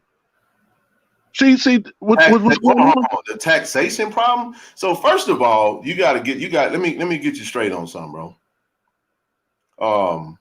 Do you know what my question is when I say economic poverty taxation? Do you understand what I'm saying? Yeah, I do. Do you understand what you're asking, though? Yeah, I do. Yes, I do. Yes, very much so. Who's qualified? Are you asking? Who's qualified? If you go by the history, for the last 100 years, so if you're gonna speak on the history, you're gonna ignore all the things, all the factors that put things in that manner. No, you can't. Do you know why the HBCU president are on Wall Street? You know why they go to Wall Street? Because they don't have funding. There's no funding. Why do we not have funding? We forget the government funding. No. You can't do that. No. I'm gonna tell you. We do not have funding. No. Forget the government funding. The government funding is understandable. They don't get it. They get a lack of funding. What we met with them on Wall Street was about what they weren't doing to create streams of funding. That's what they go on Wall Street and meet with every year to come up with strategies to create streams of funding. That's what we do. Man, let me educate you on one thing. I don't give a damn what you come up with and whatever collaborative effort to come up with streams of economic gap closure. You're never gonna you're never gonna create your way out of a hole that you got started in to begin with when you have government funding issues. You're already at a disadvantage before you even get started, my brother. And you can't have this conversation and omit the biggest problem that there is that occurred with HBCUs. You want to omit the biggest problem and say that we need to come up with a collaborative effort and be more qualified? I didn't say that. I never said that. I never used the word collaborative. No, what I said was to address economic poverty taxation. There's certain things that HBCU, we understand we get lack of funding from government. All right, we understand that. That's clear. Yep. That's clear. So now, if that's clear and you understand that, what would be the game plan moving forward to address economic poverty taxation? That's why the question came out that way. What would be the game plan? We know there's a lot of things that we're doing. We're already in the process of doing it. How do you think we keep our doors open, brother? No, bro. Come on, man. Come on, bro. Why don't you answer the question then? I'm gonna tell us now. Educate everybody. We got 750 on here. Tell us what the answer is. Let me ask you this. Why was Coach, if that was the case, bro, what you're saying, why was it important for Coach Deion Sanders to come there? Why was it that important for him to stay there? Well, the number one reason why he came there is because he wanted to be a head football coach. No. Why was it important for him to come there? Why wasn't his presence important to be there? Because of his impact. Well, first of all, there was no impact conversation before he became a coach because nobody was talking about Deion Sanders being a coach. Shout out No, to our no, Eddie no, no, Rock. no, no. No, Bro, listen, when they found out Deion was coming, to HBCU, everyone talked about in the business world the impact. well, the impact is centered around. Hold on, the impact is centered around someone. First of all, it was a phenomenon. That's the first and foremost. Again, there was no conversation about Deion Sanders as a head football coach at a college until he came to Jackson State. I Now, didn't say that, Ken. I oh, didn't say that. you're not even listening, brother.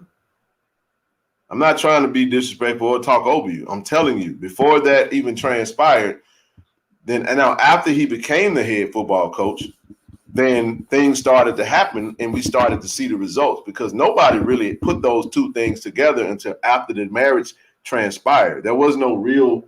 Now, when you start seeing impact take place, then the conversation starts with trying to maintain it and capitalize off of the union of Deion Sanders and Jackson State and HBCUs. Now Ken, the conversation is real Ken, go back to when Deion first was hired at HBCU. at Michael Jackson State. Strahan at Jackson State. Michael Strahan talked about the impact.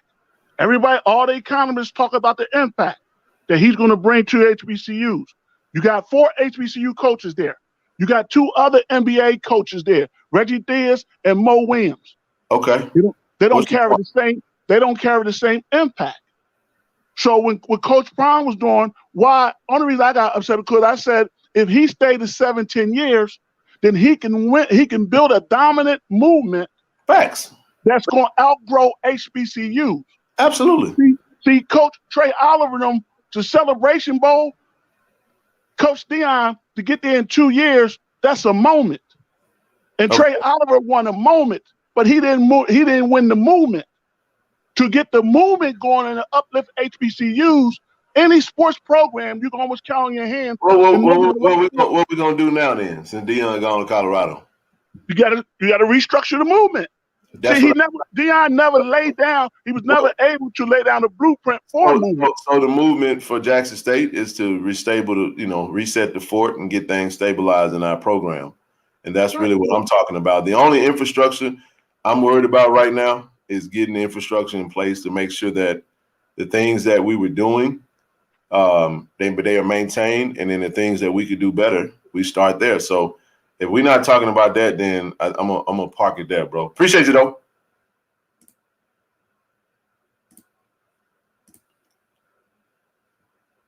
Nerds, what's up, man? You up next? Yo, Kenny, what up? What up? What up? What's up, brother? How you doing? Why, yo, what up, man? I'm still here rocking, bro. I had sent you a message. I was like, bro, I'm gonna still watch JSU games next year because I got faith in TC. I first got introduced to TC watching Coach Prime when he had came over and like started coaching at JSU, and I was like, yo, man, he played for JSU. That'd be cool. And so that's just crazy. Remember when I text you, I was like, I hope they sign TC as the head coach, and then boom.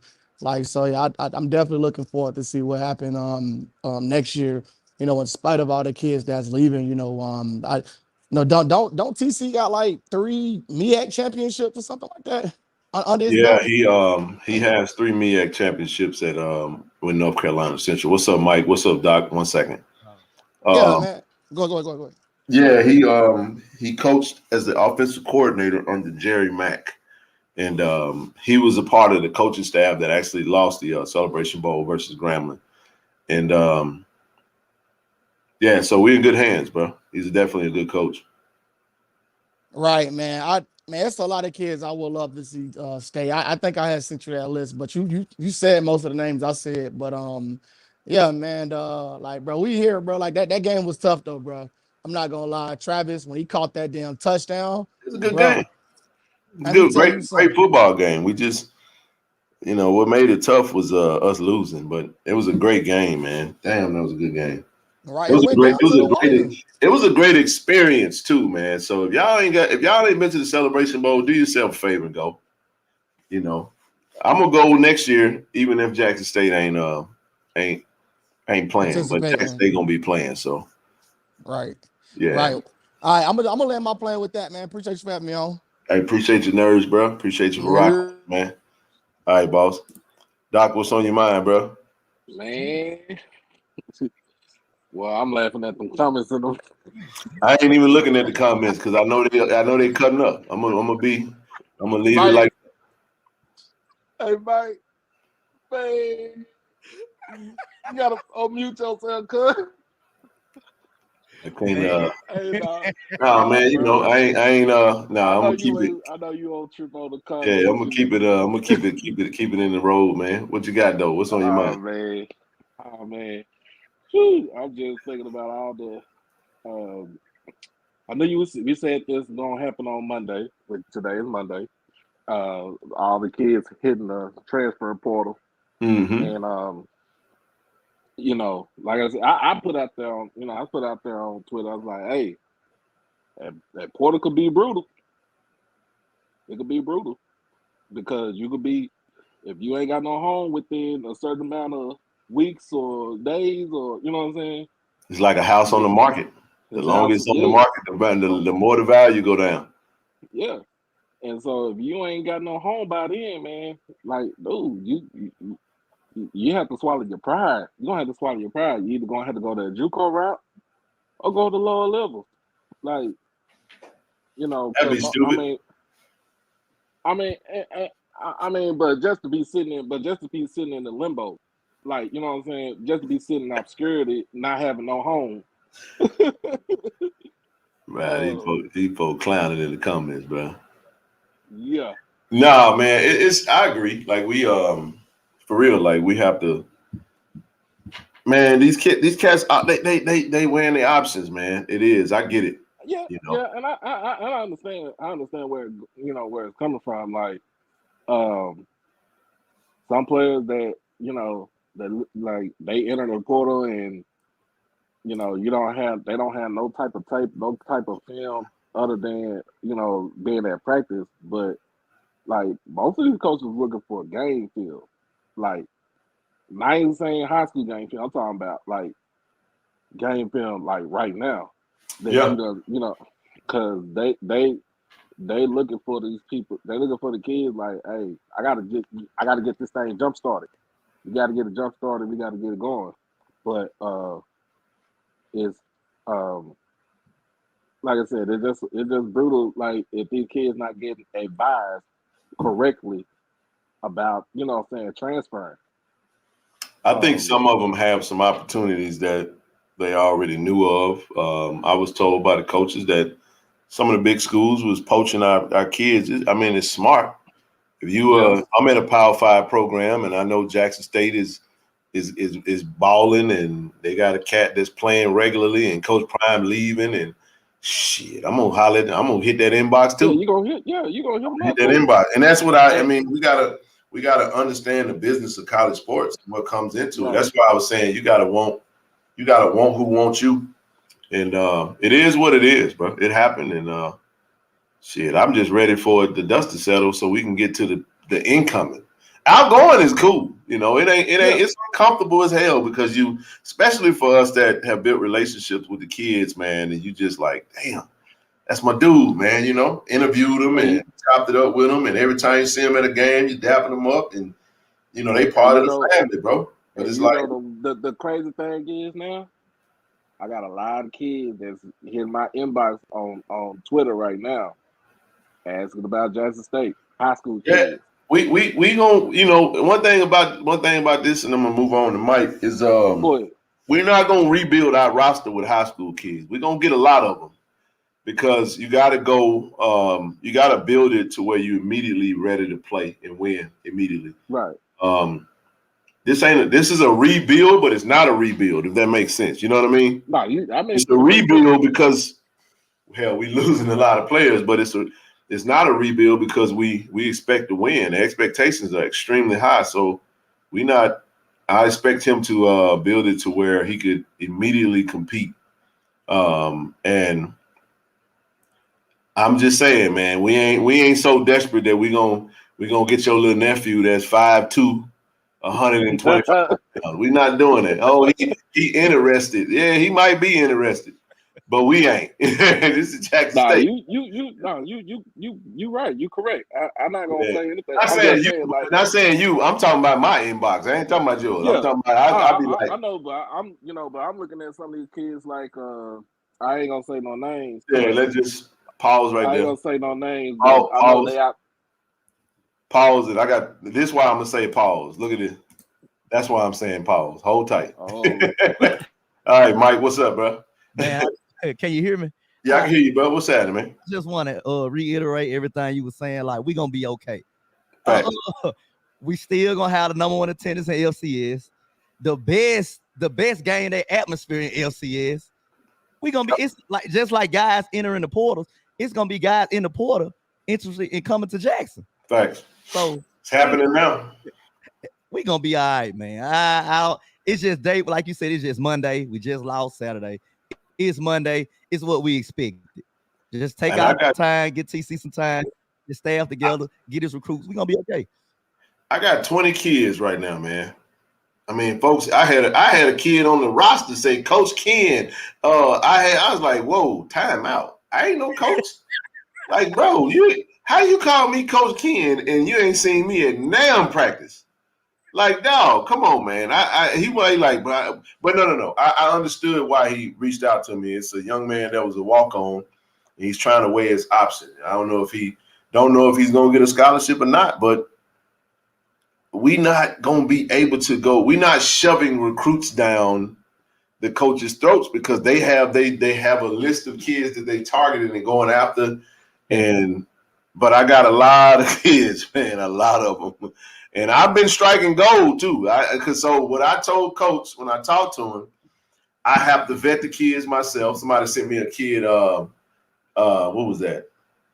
This morning they was like, "Tell me what you think," and I watched the video. I was like, "They okay," you know. They're like, "Well, if you say they okay, then that means they ain't all that good." I'm like, I ain't trying to rain on you, little Timmy. You know what I'm saying?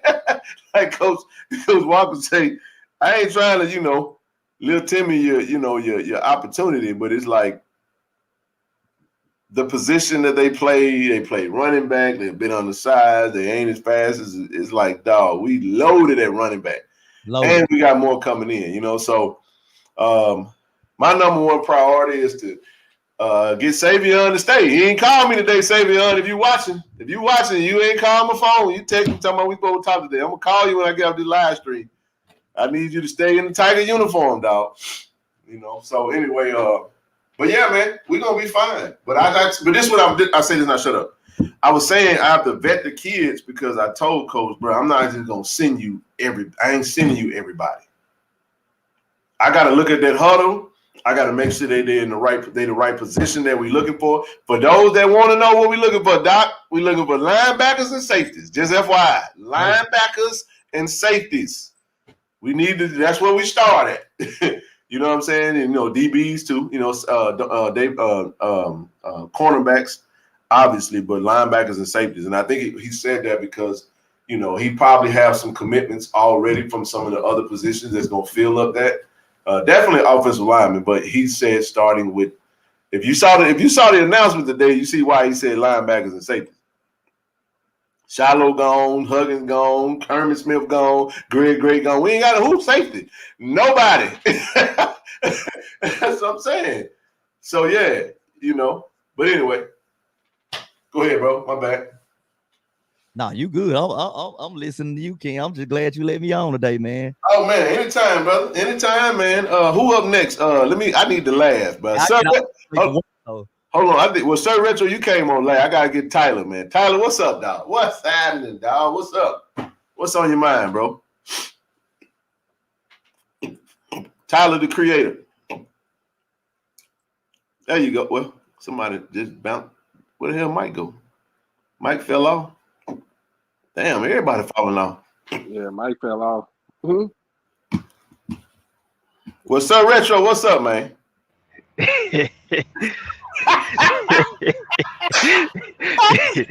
Y'all already know what it is, baby. Margo from the JSU Retro in the chat, man. Stop playing with me, man.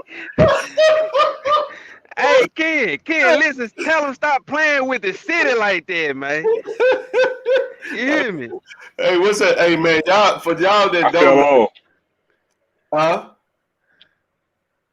What the hell, Zoe just be popping up. Zoe got access to the page, so he can come on anytime he get ready to. So that's why he just pop up on the screen unbeknownst, and he just show up. But what you say? What up, Zoe? Nah, man, I was just gonna say, bro, look, man, go to that meeting, man. See what they talking about, bro. And I'm telling you, I'm 100% behind you, bro. No doubt, bro. I know it. Even though you from the north side and I'm from the south side. Hey, let me say this though. I did live in the for a little while now. I went to Sidewell Middle School for about I a went, couple months. I went to Southwell. That's where I Don't came don't out. hey, don't ask me why. I just know that we went out there and Mama said we moving. So I went from that was what 7th grade, dog. I ain't mean to put Mama, I love you, but I'm sorry. I'm just having fun with it now. I didn't know. Well, I you know what? look, It's cool. It's cool because I graduated from Callaway, so and look, I switched up too. I started off at Chastain, went to Sidewell, and ended at Power. So that just let you know how. Hey, I come from humble beginnings, dog. Any given moment, we can pack up and move. But Indeed, it's all good. indeed. But But like I say, man, man, just figure out what's going on, bro. Cause man, I'm telling you, bro, I'm ready, man. You hey, know, my buddy, hey Rochelle, yeah. hey, what's going on? How y'all doing? I'm gonna let Randy Zoe. They gonna let me hold on 1 second, Michelle. Hold on, cause I want to make sure I don't mess you up. I gotta be respectful. Randy, Zoe gonna stay on as long as he gonna stay on. Ladies first. Ladies first. Chris Bates in the chat. What's that? They got my classmate. What's up, Chris Bates? JSU football royalty, Madison Central, all that good stuff. Randy, what's up, bro? Hey, no, man. How y'all doing? Everybody's going through what you guys are going through right now, man. No, they ain't. Why you say that?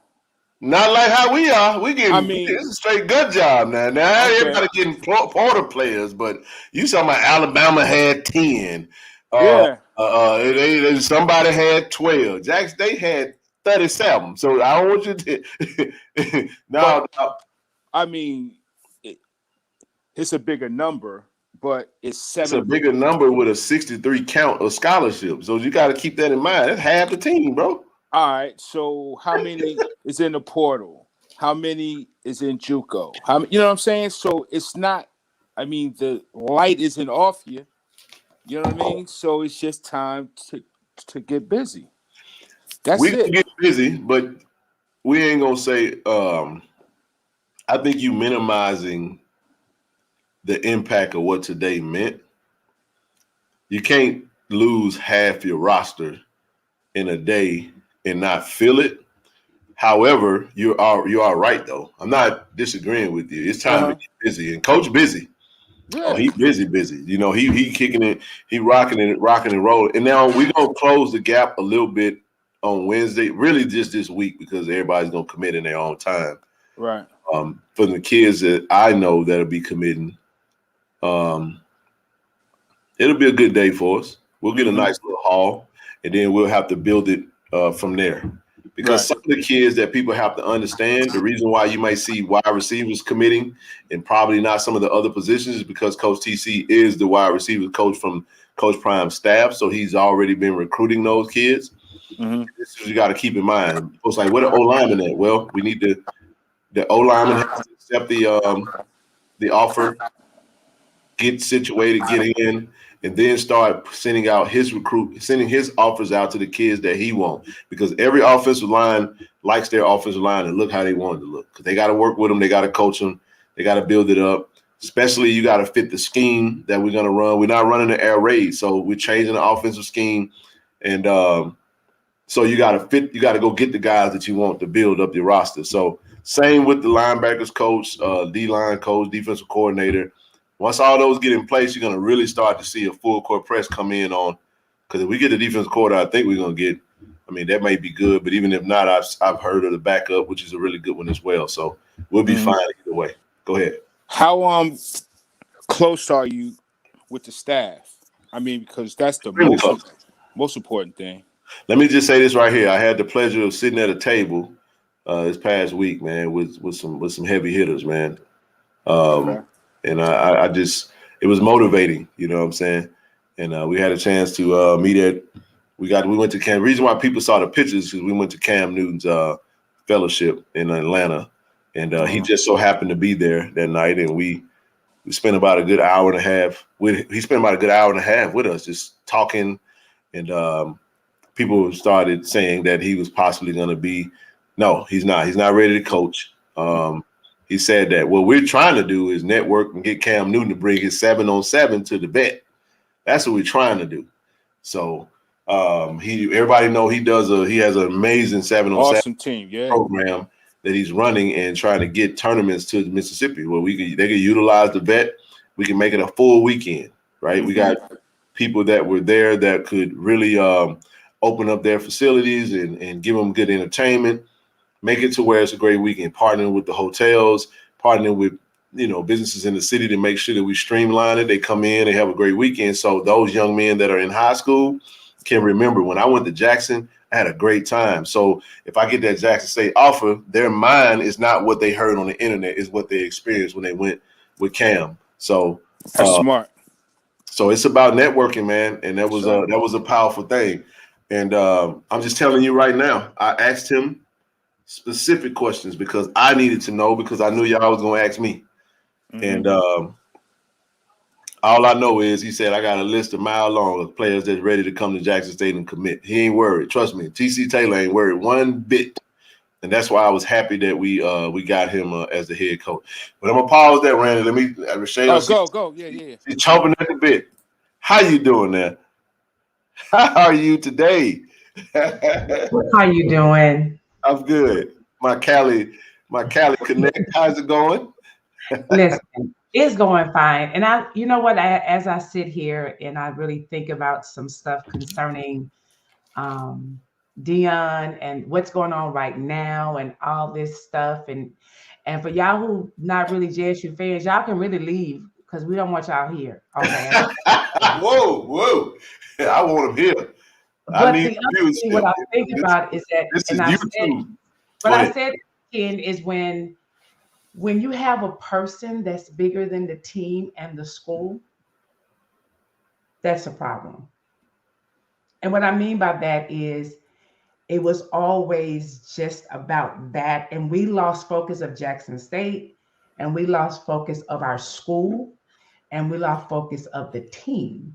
Because, and what really let me see that, because now my therapist head is running. See, pause.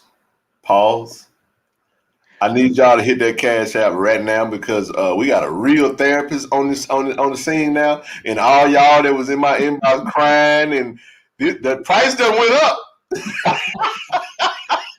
I'm sorry. Go ahead. No, now this is what I see. Love that. Go ahead. It's a problem when you cannot not be in the limelight. Say that again. It's a problem when, like, I applaud those young men. I was actually praying for them for the simple reason is that to see your coach in another city,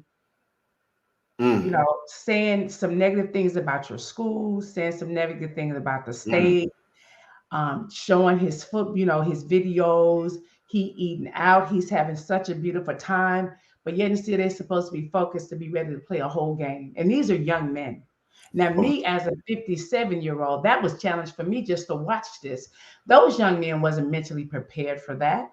But you could not even wait 7 days to give these young men, listen, y'all know I'm leaving, but he's like, why did you even have to go?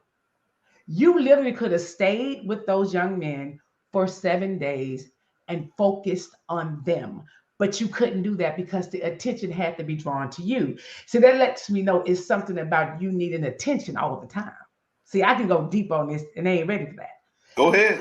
I'm now ready. the other issue would be is that with those alumni at this other school allow a black man to come in and have the attention over their school. Yeah, because the coins got to come from them, and they coins talk. Remember, he didn't have the money, and he said he can get the money from the alumni. But when you're going to be bigger than our whole program and our whole school, everybody not going to do what Jackson State allows you to do. That's just another whole thing. Now, the other part that I'm looking at is something called chaos. In the therapy world, in order to get to the new status quo, chaos has to come into your life to either make you move backwards or make you move forward. Listen. Oh, now I like that. There you go. Look at Doc. Oh. So what has happened to Jackson State, and it even has put chaos into the alumni like myself, it has made me go forward. I can't go back. Yes. So even to me, it put the whole school in chaos. It put the whole city in chaos. It put the whole alumni in chaos because now we're moving forward. But if this hadn't never came, we would have been right where we are. Would have been fine. We would have been settled. We got comfortable. You better speak. So God had to put something in there to burn our asses because we had got for doing what we were doing. So chaos came to say either you're going to go back or you're going to go forward, but you can't stay where you've been. Okay. Oh yes, indeed. Organized chaos. So yes, very much so. And so yes. I also believe that to me, I think next year I think it's going to be a blessing because I can see us winning it under TC. I do believe that all things work together for the good. And I do believe the reason you're going to get more people coming into Jackson State because now it's a whole lot of brothers want to come in to prove that they want to be at Jackson State because they believe Jackson State can do it. Yeah, see that? See how that works? See how that works. Now, they come in going, what you said. And they coming in going, we want to let Jackson State win the Celebration Bowl because they go do it, not with Dion. So now they're going to be wanting to come in even more to prove a point that Jackson State is Jackson State and they're going to be all right. Okay. And let the church say amen. Amen. Now, you don't go nowhere. You stay right there, man. Because you can't just come kick the water out of the pond and leave. No pun intended, Jackson. I love Jackson. I'm from Jackson. So we just, don't take it the wrong way. My goodness. She preached a sermon right there. I thought Rob, you can take it after that. I'm sweating everything. No, but no, that's so powerful though, because but it is true. That's true. So true. That's true. I thought about that. And I say this one thing, Doc, I'm gonna let you go. This morning, the amount of conversations I've had with the leadership of the 1400 Club, right? And to get an inbox from the National Alumni Association saying, listen, we want to meet Wednesday to talk about aligning with social media. I said, this is phenomenal because progression, the ideas. When I woke up this morning, Michelle, I'm telling you, 1400 Club chat. I'm not saying anything. I'm just saying, listen, the ideas that were churning was unbelievable. I said, man, we got so much buying power in this chat. It ain't even funny. Unbelievable. Not even just talking about buying power. I'm just saying, like, the ideas are unbelievable. They're so awesome because you got so many people that are part of our alumni base that has such a wide array of skills, right? That everybody could be utilized in a certain manner to help the greater good of Jackson State. Now, here's what Jackson State needed to do, though. Jackson State needed to be in chaos, like you just said, because chaos gave us an opportunity to get to collaborate. Yep. And when you collaborate, now everybody's talking, right? You get what I'm saying? So I love it because this is what progression looks like. And Dion said he was a change starter. Well, he was. He came in and he definitely did that because he gave us a glimpse of an idea of what it could look like. And now it's our responsibility to make it move. Yeah, it's on us now. Yeah. It's on us now. We can't go back. That's why I said 45K or higher. That's why I said we got to go above 10K. We got to go above and beyond because, and listen, this ain't just about football, folks. I'm going to stop there and I'm going to let you go.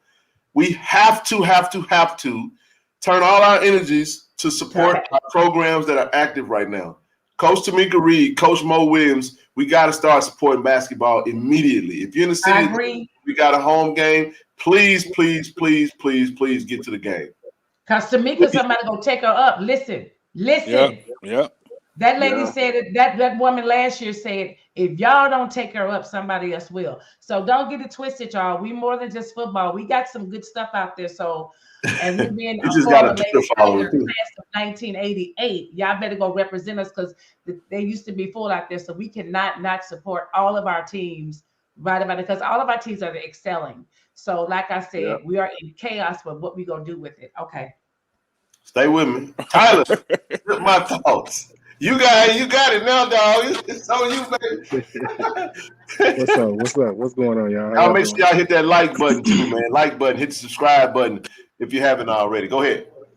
So I don't know if y'all read that article that came out in Anscape on last week with William C. Roden. And if y'all don't know much about the journalism world, like he is one of the GOATs of the writing and journalism world. So when he says something, it's like a time for you to listen and take in everything that he's saying. So basically, he wrote an article last week talking about, Deion just pretty much, and I'm paraphrasing because I don't remember, but I did read the article. But long story short, you actually touched on some of what he said in his article tonight, Ken. So basically, what he was saying was that, and like Miss Rochelle was just saying as well, Deion might have sparked the idea. He might have brought more attention, but now it's up to the college presidents, the HBCU college presidents, and everyone who was involved with HBCUs in order to keep this momentum going. He was just pretty much saying that like Deion was like a blip on the map, something like that. Paraphrasing. Definitely read the article if y'all haven't read the article. Again, it's in Anscape. Hey, post that article on your page for us, bro. So for those that aren't following Tyler on Twitter, make sure you go to Sip My Thoughts on Twitter. And is it Tyler Carter? Your name's on there. Yeah. Post that. He's gonna retweet that on his page. If you haven't, we all need to go read that article to get, William Roden, with Morgan State's finest, right? I mean, HBCU alum, been in the game for a long time. Matter of fact, I think he played in the game when Morgan State played against Grambling in New York. So just a pioneer in the HBCU community. I can't wait to read that. I haven't read it, but keep going. Now let Travis go. It's crazy because, like I said, you was pretty much touching on some of the stuff that you said tonight. He was actually touching on in the article, and he also interviewed a coach as well. I think he's coaching at the NFL level now, but he's from HBCU also. But what he was basically saying that Deion brought the attention, but now it's up to the HBCU presidents in order to shape what the rest of HBCU football can be. But there needs to be like a holistic plan going forward. Like there needs to be things that's talked about, sat down, and things and plans made in order to keep this momentum going. He was just basically saying that Deion might have sparked the idea. Tupac said he might spark the idea of and again I'm paraphrasing, but anyway, I said something else. I said something else last week also, and I don't know what you think about this, but what if? And you said this tonight also. I'm thinking, what if? And those guys were supposed to lose their game on Saturday because, again, I'm just thinking this is divine intervention. Everything that Prime has been doing over these last few weeks, pretty much being disrespectful, making little sly comments here and there. He's just thinking that he's being him. But I look at it as divine intervention. He, as much as he talked about God called him in Jackson State and stuff like that, God works both ways. You can't serve two masters. So, you can keep on, saying stuff over here and then come back over here and saying something different. And Saturday, we all wanted a different result. I was there, bro. That's the best game I've ever been to. Yeah, I was right there. I was there. But I look at it as divine intervention, bro. And I wholeheartedly believe Jackson State will be back in the Celebration Bowl next year, and I feel like they're gonna win it next year. I do, man. I really believe that we're gonna be right back. I think that I feel like the L restored order in HBCU ranks, man. I really do. I didn't want to lose it, but at the end of the day, Lexus, good night. Take care. Something very disrespectful, but somehow holding someone accountable is crime to these primates. I'm gonna leave that one alone. Travis, what's up, bro? Man, bro, my thoughts pretty much said everything I had to say. Damn near to a T. Yeah, man. I think it was a tough loss. But I think I was telling y'all, I think it's great motivation if we won. But like he said, maybe in a strange way we were supposed to, because now we can get deep, like we can dig deep and like everybody keep I'm from Jackson permanent. I went to Provine, I graduated. One thing I know, bro, we have survived years and years of intentional, just straight up, just like we're gonna set it up for y'all to fail. We always find a way. So you got somebody that's from here that knows that we good, man. Like, and TC Taylor, trust him, he working. I know Coach O, he's my high school coach. So I'm plugged in through him. Y'all, we got some people that's coming, and I think we got people who actually want to be here. I ain't gonna say everybody wanted to be there because of Coach Prime, but we know majority of them were. But we got some dogs that's coming, and I think they really want to be in the doghouse for real, like genuinely. No doubt, they do.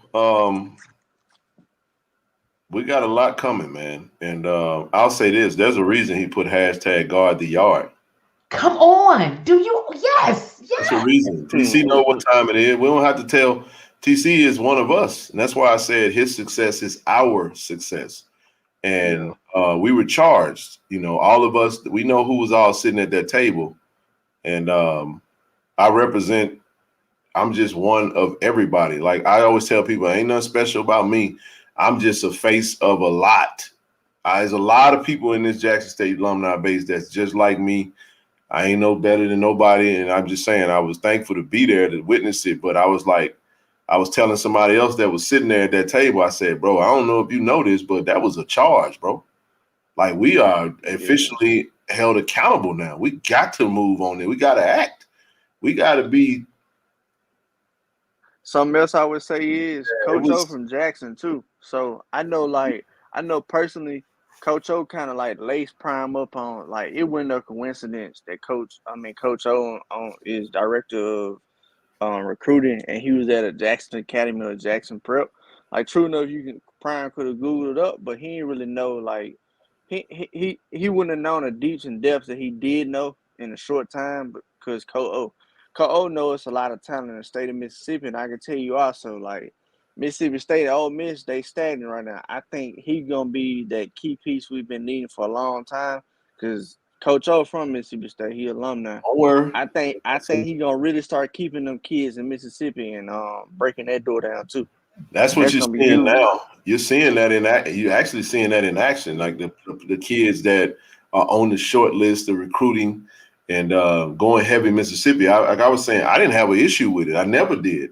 We've always wanted our homegrown local talent to stay and play at Jackson State, but the majority of them were running to Mississippi State, Ole Miss, and Southern Miss or whatnot. But I mean, if we got if let's say we got 25 kids to commit, and 20 of those kids were 3-star kids out of Mississippi, man, that's a hell of a roster. You get what I'm saying? Like, that's a roster for you right there. Because now the families don't have to travel very far. The problem is kids in Mississippi. Now, here's one thing Coach Prime did do for those that follow recruiting as heavy as I do. And I know, Doc, you can attest to this. Yeah. He absolutely restored order when in the ranks of Jackson State separating itself from JUCOs. Because the JUCOs were killing us in recruiting and prior to Coach Prime. They were killing us. I'm serious. Jones. Yeah. What do you mean, Kansas? I mean, kids were leaving high school valuing JUCO offers more than they were Jackson State offers because we weren't very good, and the JUCOs were selling them on that. Look, you can come play for me, and I'll help you get to Mississippi State or Ole Miss. You see what I'm saying? So Oh, okay. The mentality was let's go JUCO. Yeah, And you got a Jones County, and you got bro. Holmes. You got There's 9, 10 Mississippi. JUCOs in the state, bro. Yeah, That's Colette. You got all them. I mean, you got Northwest. Gulf Coast, you got Southwest, you got Colin, you got Jones, you got Hines, you got Holmes, you got Mississippi Delta, you got Itawamba, you got Northwest, you got Northeast, you got East Central, and I think you got maybe 11. I might have been Kahoma. Kahoma. So and you got 12. Also, though, Ken, because I went to Hines, I went to Utica, and Okay, for a lot I of went to the Goodman. Holmes and Goodman. but the reason a lot of us go to JUCOs first is that they're not mentally prepared to go to a university. No, that's true. And neither is their grades. So That's it's true. That's true. it's a way of really. So, But I went from Utica to Jackson State. No. I went to Holmes and played basketball straight out of high school. And you know who I played against in my sophomore year? Quintel Woods. If y'all don't know basketball, I played against Quintel Woods. I'm gonna tell you like this right here. He was a dog. Quintel Woods got drafted number 18 to the Portland Trailblazers from JUCO. And I'm gonna tell you like this right here. We held Quintel to 10 points at halftime, and we was at halftime high-fiving Doc. Mm-hmm. Came out in the second half and he scored 42.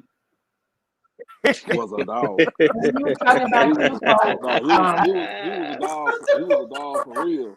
Hey man, and almost single-handedly beat us. So trust me, what Rochelle just said, JUCO is tough, man. Not every kid at JUCO is just going there because they ain't good. They go there because of grades, and it's some dogs in JUCO. Yeah, heck yeah. So, but what I was saying was the system in the state of Mississippi was like, man, you don't need to go to no Jack State. Jack State sucks, and they weren't lying to him. We did.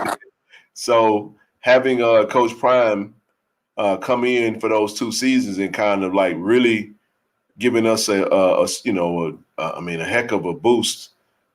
I love what you said, Rochelle. It's just I love that, man. That chaos. I can't get over that. The only reason not to mention, other than the system being set up, I personally know some Dodge Chargers and some other things, and keys to some other cars that Ole Miss and Miss Satan handed out to keep them from going over there. No doubt. No doubt about it. Absolutely. 42 dog dude. See, Ken, in the therapy world though, it's called old status quo and new status quo. Mm-hmm. And chaos is gonna do one or two things. It's gonna scare you into staying comfortable. It's gonna push you to where you want to be. And sometimes chaos is there to disrupt what was normal. Facts. So when I'm looking at everything, I'm not even looking at the team. I think the alumni had to be disrupted. Yes. I think the school had to be disrupted because we had got comfortable in where we were. That's right. So you know what I'm saying? And even for it, I think it also disrupted a lot of young black, like that big guy who's in JUCO who say he's still coming to Jackson State. The big guy, he's from East in the state of Mississippi. He was like, I'm still coming. And I think it also disrupted a lot of young black men realizing I can go to a black school and be successful. Yes. So I think the chaos came in a whole lot of different ways, and it disrupted a whole lot of stuff. I think one thing that's going to help us too is that I love what Aubrey Miller shared at the end of the game, the press conference. Aubrey Miller's going to get drafted this season. He's going to get drafted, and I think his voice is going to be so important for us, and and for for those that are considering it, and that's someone that started his career out of Whitehaven, Memphis, Whitehaven High School, signed with Missouri out of high school, 3-star kid, went up to Missouri and left and came to Jackson State and balled out. And now he's going to get drafted, and he has a brother that plays running back at the same high school. Hopefully he'll be, coming to Jackson, and we'll see. I know his dad loved this. He loves us, man. Big Aubrey, and it was a great ride. I think some of us are feeling what we're feeling now because we feel like things are changing so drastic before our very eyes, and we didn't go all in. We didn't go all in. I was trying to tell y'all, I was like, I feel like everything in my spirit told me I needed to really like lean into this season and enjoy it, because I knew that whatever we were experiencing, it wasn't going to look like this no more. So it happened. It's cool. And now I what was that part you said as far as Michelle about getting ready to move forward? I think you was talking about like when I've been saying the dust needs to settle. We got to let the dust settle, and then we can move forward and progress and really start to get the door will swing the other way. And that's the part that I wanted everybody to really be mindful of. Today was a funny feeling. It felt weird today to see this much because it was chaotic. No, it was chaotic. Yeah, it was. It was chaotic. Yes. But the chaos is going to do great things for us because it is, and even for you, even like I said, for the alumni. And I think what it also taught us is that now we're going to even do things different next year. What I mean by that, like JSU football needs its own Instagram because everything was under Dion. So that's why everything was about him. The follow was about him. The program was about him. It was never about us. So that's what I'm saying. I hope we've learned from this is that we need Jackson State, the same thing that they're doing there. It has to be under the school's name because they didn't look at Jackson State. They was only looking at the marketing that he did. So, well, Ms. Rochelle, I was like, Ms. Rochelle, what you're saying is it's like a cult of personality with when it come down to with Coach Prime, when he had the Instagram set up through him. And just to show off him and what they do around the school instead of showing off the actual school and everything we got going around the actual school on the yard. And you know what I'm saying? We didn't show anything. Well, right. Well, let me ask you this. Was I the only one who felt that we lost our school? Like I was, I'm a marketer. You're not. You're not at all. This is not about the team. This is not about Jackson State. This is about Dion, and that's all. How much of that was about the stature of Dion and those of us that was look? Hold on, like could it be that some of us that was the thing we was focusing on? Like, could Deion Sanders really? Because I feel like Deion Sanders really did push Jackson State. I mean, every time you saw him, he had JSU merch on. But I think his stature was so big that he towered over. Hey, Ken, I can speak to that. I think he did try to show the school because if y'all remember doing homecoming, he got a video like he showed where he got on a golf cart and he rode to like different like venues that was there. He showed up, but he's so goddamn big. Yeah, he's a giant. Shouted that. Yeah, and I think that part right there is that Michelle, it was so different than what. Of course. We've never experienced that before, though, Ken. Like that was all we saw. So, but let me say this though: all that content that we loved, it walked out the door when he left. Now, granted, some of it is on the Go JSU Tigers. Now, this is what I said. So, if y'all want to know what I said when I was where I said I was, I said that it is absolutely important. I don't care who told I step on when I say this. Jackson State has a YouTube page. Jackson State football has a YouTube page. Everything content related to Jackson State needs to run through Jackson State. That's right. The reason why is because I said all this great content everybody's consuming. It's not ours. Coach Prime walks out the door, so does the content. Yes, sir. Jackson State don't own none of it. None of it. Okay. None of it. Wow. They don't because it's not running through. This is why I said infrastructure matters. So to Rochelle's point, it was great because now with him leaving, you know what that did? It told us. Created a void. And it's like, wait a minute. The pregame, no pregame show? No, that pregame show was this. I'm just saying, like, it's going to change what it's doing. Well-off media isn't. You can't go to I'm talking about Colorado now. You know what I'm saying? You don't want to look at Deion, Colorado. You got Shannon Sharp about to drop a sit-down show. You know he about to eat the shit out of us. You know what I'm saying? Because he's an amazing narrative creator and spin doctor. You know, if he feel like something, and I'm not. Hold on. She loves D. But here's my point. I don't care about that. I'm not in for the tit for tat. I'm talking to the powers that be that says, I'm saying this. Jackson State needs to protect Jackson State and make sure that we have the systems and infrastructure in place to sell Jackson State, monetize Jackson State. That content don't need to run through Tiger Talk. It don't need to run through this page. It don't need to run through nothing. Now, when we do what we do, we create the content, we do what we do. You come to the game, you create it, you own it. But there needs to be someone in place, which is why I think that I got that inbox today, like Zoom call. And I'm going to put my mind together and thoughts and stuff because it's like that's what's important. So we can funnel it. Everybody can have great content. You have 17 people, but all the content needs to funnel itself down. And we need to, hey, this is going to run through YouTube. I'm going to say another thing, and I'm going to shut up. I love Rob J. Can I be real? Y'all watch Rob J videos? Be real. Quality. No, I'm not even trying to be funny, bro. We need to upgrade the cameras. I don't care if we got to do it. Because Rob J is phenomenal at what he does. Yeah. Rob J is Jackson State's own. Why are we still having choppy videos on JSU TV? JSU TV should take to the next level. But see, when I say that, people think I'm stepping on toes. It's not about the hell with your toes. It's about Jackson State getting better and how we present ourselves. Presentation is everything. No. He's old school. Yes, Rob J is old school, but that ain't got nothing to do with equipment. I'm just saying, listen, you had a guy that just showed us how to get videos. He had some of the best content with a cell phone. Yep. Don't check a cell phone. Yep. That's all I'm you go saying. to Verizon to buy for $1,000. So here's my point.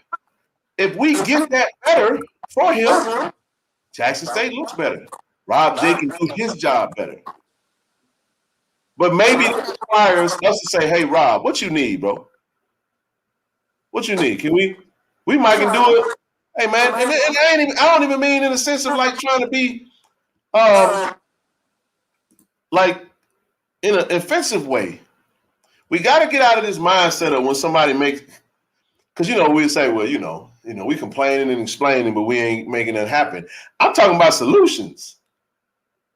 Because I'm telling you right now, Rob J is the GOAT, man. And I'm just saying, like, the content and I just think it needs to be clearer, more professional. Not more professional. Professionalism is phenomenal. I just think the quality of the videos got to get better. And y'all know I'm not lying about that. It's investment. We need to invest. And I was told by someone that really is in this business, that knows what he's doing. The first thing out of his mouth when I had this conversation, he said, Ken Jackson, they got to get better equipment. He said, Jackson, they got to upgrade his equipment. Okay, say less.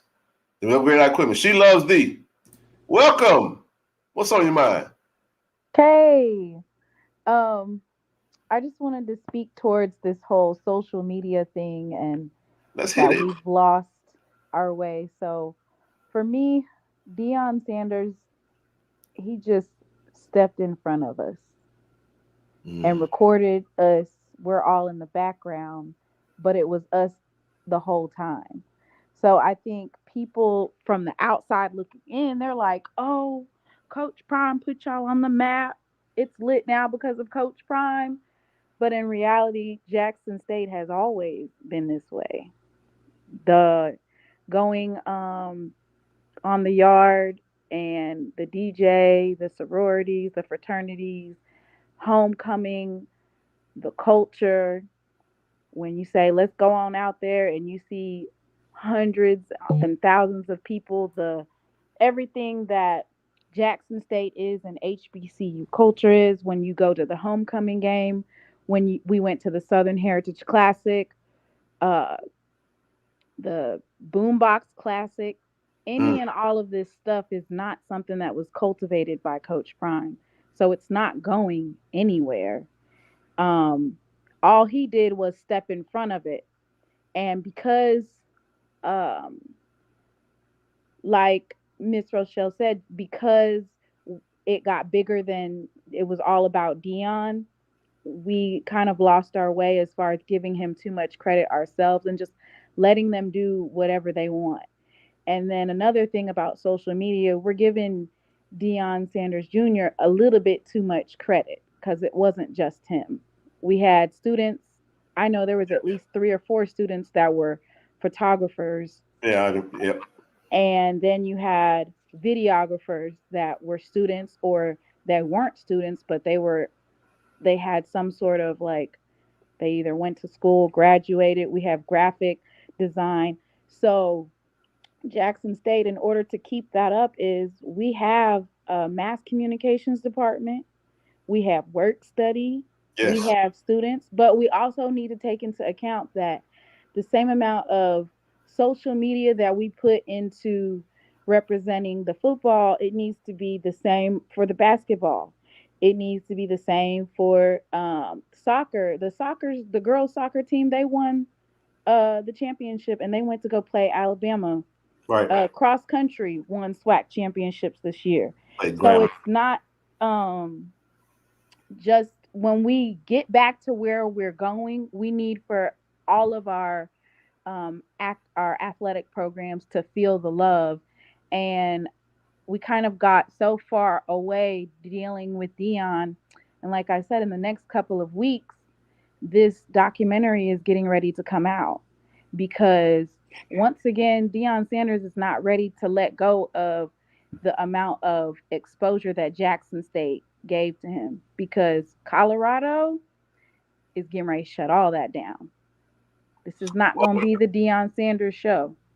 Well, I'm going to add something to that. If you notice, there was a video. Now, first of all, Jeremiah, I ain't going to get into no debate about Rob J. I'm talking about he's a staple. I mean, he's been doing this for quite a while, and I'm aware of what he does and how he does it. But I'm saying that what he does is great for JSU, and we could make it better by upgrading his equipment. That's really all I'm trying to gain from that. Even if the JSU, because when he gives I'm gonna mute you real quick because I'm getting some feedback. So even though he's there's a lot that's there, but I'm just talking about an upgrade of the equipment, not so much as the presentation, whatever. And I'll just leave that there. You are right. There were a lot of people. You know, I talked to Feminati. I know Ash shot it. I know there's a lot, and I don't have all the names of everyone that worked in that department, but it was a lot. And I was also saying that I had a conversation with a young lady who is very enthused to be boots on the ground at the university. She's working there. She's so and she can help with interviews. I mean, we're working with ASPV visuals, Mr. Austin Robinson, and there's a whole conglomerate of those that have ideas and so we're really, I'll know more when I come from the meeting and just kind of the direction in which we want to go with it. But the reason I wanted to throw this in there, she I don't know your name, but she, I'm gonna call you She Loves D. Colorado isn't gonna see. This is what Colorado is gonna do. They put out a video today, and Coach Prime was talking. That went through Colorado's page. Colorado football. You follow what I'm saying? Ain't nothing going through Coach Prime page. I mean, he still has his 2 million followers with his social media, and his son could be his social media manager. That's great. You saw the message where Deion Jr. came out and said, you know, they don't want me to put. They didn't think the stuff I was posting in line with their image. They safeguards their image, and that's what we're speaking to. We get vilified for saying we need to safeguard our image. I see people in the chat talking about, well, Deion gave you all exposure. Yes, he did, because he's a stature, and but we also gave him exposure from a coaching standpoint. I'm gonna say it again. Coach Deion Sanders elevated Jackson State. Can I just say one thing though, Ken? I'm gonna finish this, and you say it right now. And I said, but Jackson State elevated Coach Prime, and I'll stop. Go ahead. This is what amazes me about us as Black people. Come on. That our mindset is so small. Yep. Preach. We think our mindset is weak. The bad part about it is if God actually gave us, none of this, Ken, you want to go deep with this. If God gave Jackson State its desires of his heart, we would destroy it because our foundation isn't ready. Because we are not mentally prepared what God has to offer us because the foundation is on sand, it's not on concrete. Can I add one thing to that? Ooh, I like that. I can make an extremely large case that that's what just happened. We're not ready. So we want it, right? But we have not prepared and laid the foundation. Even the Bible says, laying your foundation on sand, go slip and fall. So our mindset, we think so small that we don't even understand the greatness that we have. Because we have been taught so long that we are not great people. And we don't even understand that everything around these divided states of America is implemented after us. Everything is about Black people, but we don't understand the power we possess. Everything you see in the music industry, in the football, all you hear is hip hop, this. Everything is about us. Everybody know we great but us. Hey, Ms. Henderson, Yes, ma'am. Ken, if you really think about it, the only difference between us and Colorado is they got a little bit more money and they got a little bit more facilities. Coach Prime boosted, he catapulted us to that point. He just starting off with probably a 5-year head start than we got now. And back to about the social media, how about we start posting the kids who actually do the media for the football team, post it on the social media. So then maybe like companies, Fortune 500 companies can reach out to them personally or through the school, whatever the case might be, and actually offer them a job. Well, we got a lot of things that we can do. I mean, one of the things we did do on Tiger Talk is we brought on Phil Minotti, and he was taken back because he was like, nobody ever wants to talk to the video guy. You know, I was like, man, you put out some fire work, you know. I got a lot of ideas. This is the cool part about podcasting, which this is not a podcast. This is just a live stream. Our podcast is Tiger Talk. So when we do our shows, we knows their words. What Rochelle?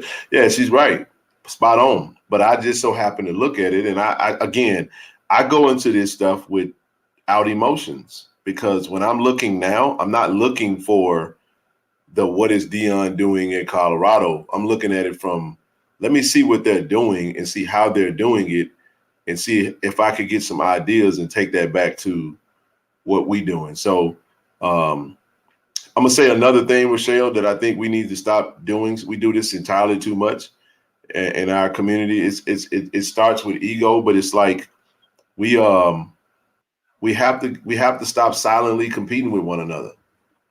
And what happens is when you're silently competing, you find yourself in a situation where you don't want to see somebody come in with big ideas. Everybody gets threatened and who do he think he is? And he think he know everything. And it's like, no, that's what you're telling yourself you heard that in between your ears. That ain't got nothing to do with nobody outside your face. You get what I'm saying? Okay, check it out, Ken. Don't listen. Okay. See, I don't think we understand this. We are the tree to our childhood. Come on, preach that. You're going to have to expound on that. You can't just drop that like that. You're going to have to build on that one. Hold on. Let me turn my hat back. You hold 2 mics for that one. I'm with you, Doc. No, seriously. This is me as a therapist. I call myself a root therapist. And for a lot of us Black people, all y'all Black men, you are the tree to what was planted into you when you was a child. So a majority of us as Black people, especially Black kids, our voice was taken away from us because we was taught you should be seen and not heard.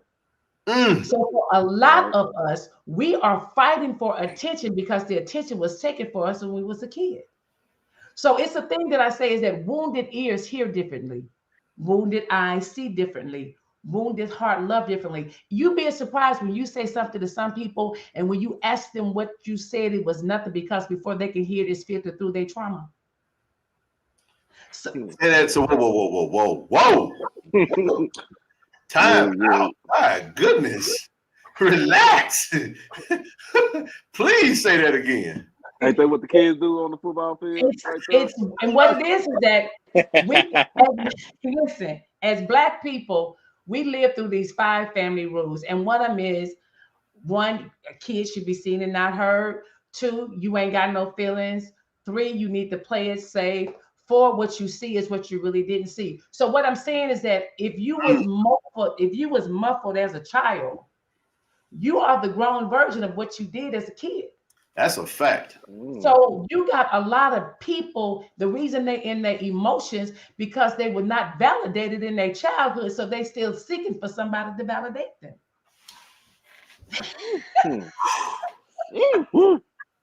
See, my brain churning. I'm trying to figure out what day I can get you come on this thing. Ray, we gonna have a therapy session with Rochelle.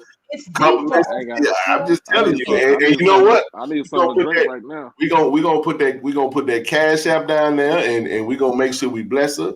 And you know what I'm saying? And this is unbelievable. You know what's crazy about this? I have to say this right now. This is so amazing to me right now. I remember living in Austin, Texas about 4 years ago. And it's like 2018. And I was doing Lyft during South by Southwest. And I remember talking to this young lady, and I was like, I said, I want to do, I said, I'm gonna have a podcast. This is before podcasting became like really popular. And she's like, well, what would you talk about? I said, I want a podcast where that's centered around African-American men having opportunities to, you know, tell their story and vent, like through like therapeutic forms. I've gone to therapy before, and that's why I just think what you're saying is so powerful. You know what I mean? I just wanted to throw that out there. I just had a moment because I'm like, this is unbelievable for me. You know what I mean? Because people try to figure out, dude, how you so calm? Like, why are you so positive? Because I firmly believe that the energy that you put out is what comes back to you. You know what I mean? Like you speak what you want to see, and you move in the direction that you want to go. You know, and the keys to success or not. But I also been through a lot, and I saw the benefits of therapy. It was the best decision I ever made in my entire life. So having you on here is an honor and a privilege. And I need you to hit the Cash out because Rochelle is blessed. I'm reading, y'all are crazy, but no, on realist, my it's funny. I went to school at 55, and really my anointing is normalizing my people to realize that their feelings matter, and we especially our Black men, that you matter, because we've been taught that you haven't, and that's just not true. So that's why you look at a lot of these boys and what they flaunt and what they do, because they want to be seen. So when you look at them flashing and showing this gold and showing all this and doing what they doing this because they want somebody to validate them, because they have never been validated. So a lot of our grown men are just suffering little boys wanting to be heard. Ooh. And that's why even in this process, we need to even have this conversation concerning what are we doing, right? Because it matters to our Black men. Yes. And it matters to these Black boys. And a lot of them, they're not mentally prepared for this because no one is with it. We don't talk about this in the Black culture. So I want to have a shirt say your friendly neighborhood hood therapist, because I got some hood in me. I love it. T-shirts going on sale soon. Hey, but you done real talk. I buy one. But the biggest thing though, I call myself, if you don't get to the root of a problem, just like with weeds, we cut down the weed, but we leave the root, and it always grow back stronger and harder. And this is exactly what's going on with us at Jackson State. But now the root has been, we've now discovered the root, Ken. So we now need to exterminate the root so it don't go back. See, you just said something, and I gotta go. Doc, you next. Come on Can we with get the organ behind that one? Listen, man. Yep. Listen. I said this. I said there's gonna be a lot of things that's gonna come from this whole debacle that we're gonna have to eradicate and plant and rebuild. I'm telling you. And for those that don't know what eradicate means, that means to pluck it up by the roots. And she just explained that. Like, we got a lot of antiquated thoughts, concepts, opinions, processes, systems, people that need to just go. Seriously. That's stifling progress. And whether we like it or not, it had a lot to do with what we was at. I said, I was told like this right here from someone that's very, very close to everything that has transpired at Jackson State, been right there to see everything. They said, we can do a case study on Jackson State of how to F things up because of this whole thing. We are not innocent in the prime time exit. I can just tell you that right now. We're not. And but here's the thing. It's not about that. It's about what Rochelle is really saying is that this has created a perfect storm of chaos that has given Jackson State its greatest opportunity to reach its greatest potential. Now, the question is, what are we going to do with this chaotic moment and how are we going to grow from it? I would say, well, for right now, I know everybody, because like you said, everybody's looking at all the kids that's leaving now, going to the transfer portal, and then the ones that's going, saying that's declaring for the NFL draft. The ones that declare for the draft, I think it's only about 5 or 6 of them going for the draft. Yeah. So that's not even 1%. That's not even 1% of the football team right there. But if you having 37 to 40 kids in the portal right now, and like you said, they could probably, they probably just weigh their options to see, just to test the waters. But also, we need a hard reset as far as the football team goes. And I'm not saying a hard reset like we just start all, we start all over from scratch. But I'm just saying that reset, like, okay, Coach Prime, he in Boulder. He in Boulder. You know what I'm saying? We ain't got to worry about that. He got to worry about Colorado football. You know what I'm saying? We got to worry about what TC gonna do and how he gonna elevate the program to even high, newer heights than what we was on before. So now, the other thing people are worried about is why he haven't hired his staff yet. Well, it's Christmas, it's Christmas break. So he's not gonna do anything until he come back in January to get, whatever. Because I know, Ken, you real close with the football team, with the program and stuff like that. I ain't got that kind of access yet. I wish I did, but I've seen the entire staff makeup, and I know that the OCDC was in negotiations. So I know people have tried to get that info. I'm not gonna give it, but go ahead, bro.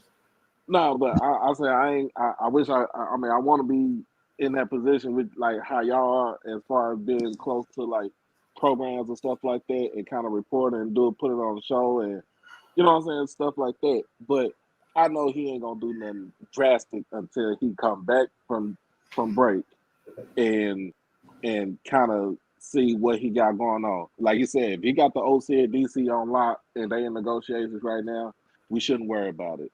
It's all about the position coaches and then what we're gonna get as far as for the strength and conditioning, because the departure of Coach Mo going up to Colorado, it kind of stings a little bit, but hopefully we find somebody that is, on that same level or a little bit more, that we have with Coach Mo.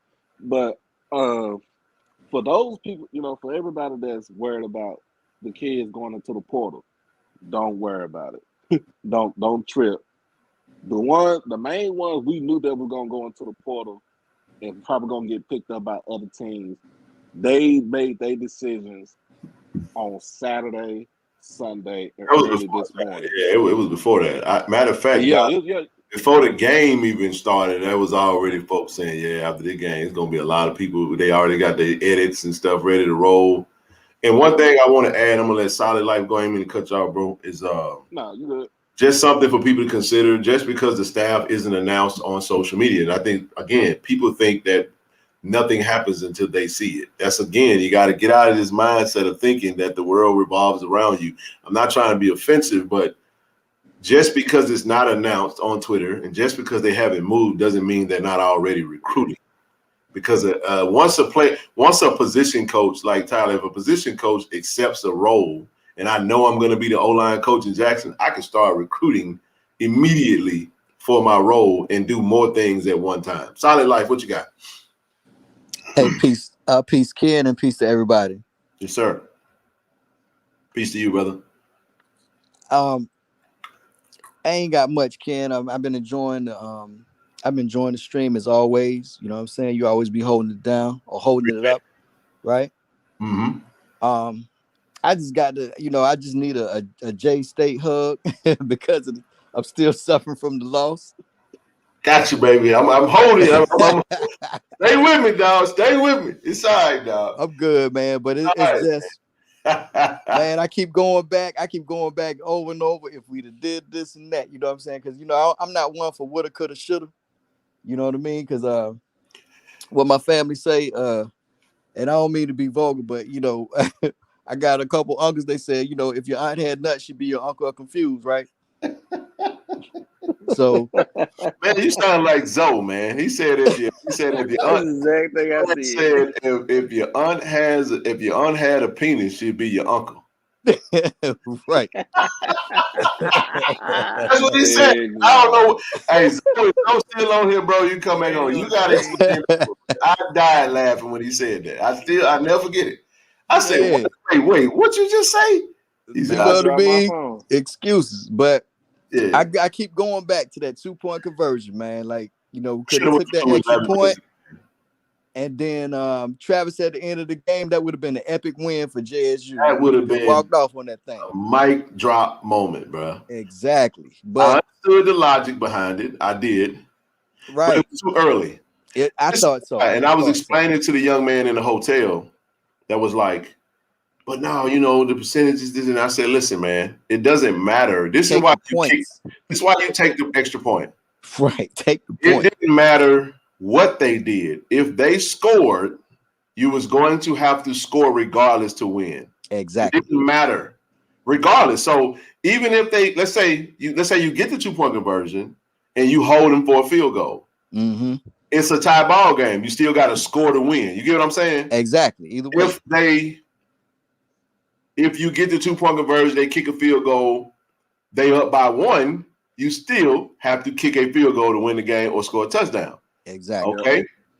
The third scenario is if you go up by 2, even if they score a touchdown on you, which they did with 4 minutes to go in the game, and they went for 2, they can only go up by 6. Right.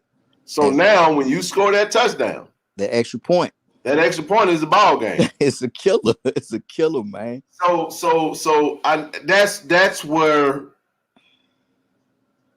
focus comes in at. And is. And that last play of the game, that last play of the game was a beautiful play call. Homie should have caught it. You know what I mean? I ain't gonna jump on him because he's a young man, but I'm just saying it was brutal. And it was 2 people open. You know what I mean? DJ Stevens was open and that young man, but he was wide open. The young man that play was wide open. In FAMU, the first game of the season, it worked like a charm. It did. The problem is that, like Shador said, they rushed it. It was about to be a 5-yard penalty. Mm-hmm. And he hiked the ball, kind of lost his balance a little bit. So he kind of rushed the throw, and my man was backtracking. And it was just a bang bang play that didn't happen. I mean, we all thought he was gonna catch it, and when he dropped it, I was like, wow, wow. But with all that, you know what I'm saying. What I will say, it's a conclusion to a chapter. You know what I'm saying. I think collectively we can say that the Coach Prime era is closed. Yep. It was some good. It was some controversy. You know what I mean? It was some Aunt Esther in there, but overall, I think we got two things we got to get past, though. We got to get past this Shannon Sharp interview that's about to drop. And we got to get past this documentary. When I saw Shannon Sharp and I saw them sit down, they about to have that podcast episode, and I already knew what both of them had their ankles out. Yeah, I already knew what I said, hey, it's about to. No, he did say ankles. but I think I think it's some bigger and better things coming for the school. Without question. Yeah, I mean, like this is gonna be a great horizon because for me it's like a clean slate. You know, it's like a clean slate with TC at the head, and you already know that he homegrown. Yeah. You know, from the soul, and it's like it's gonna be a lot.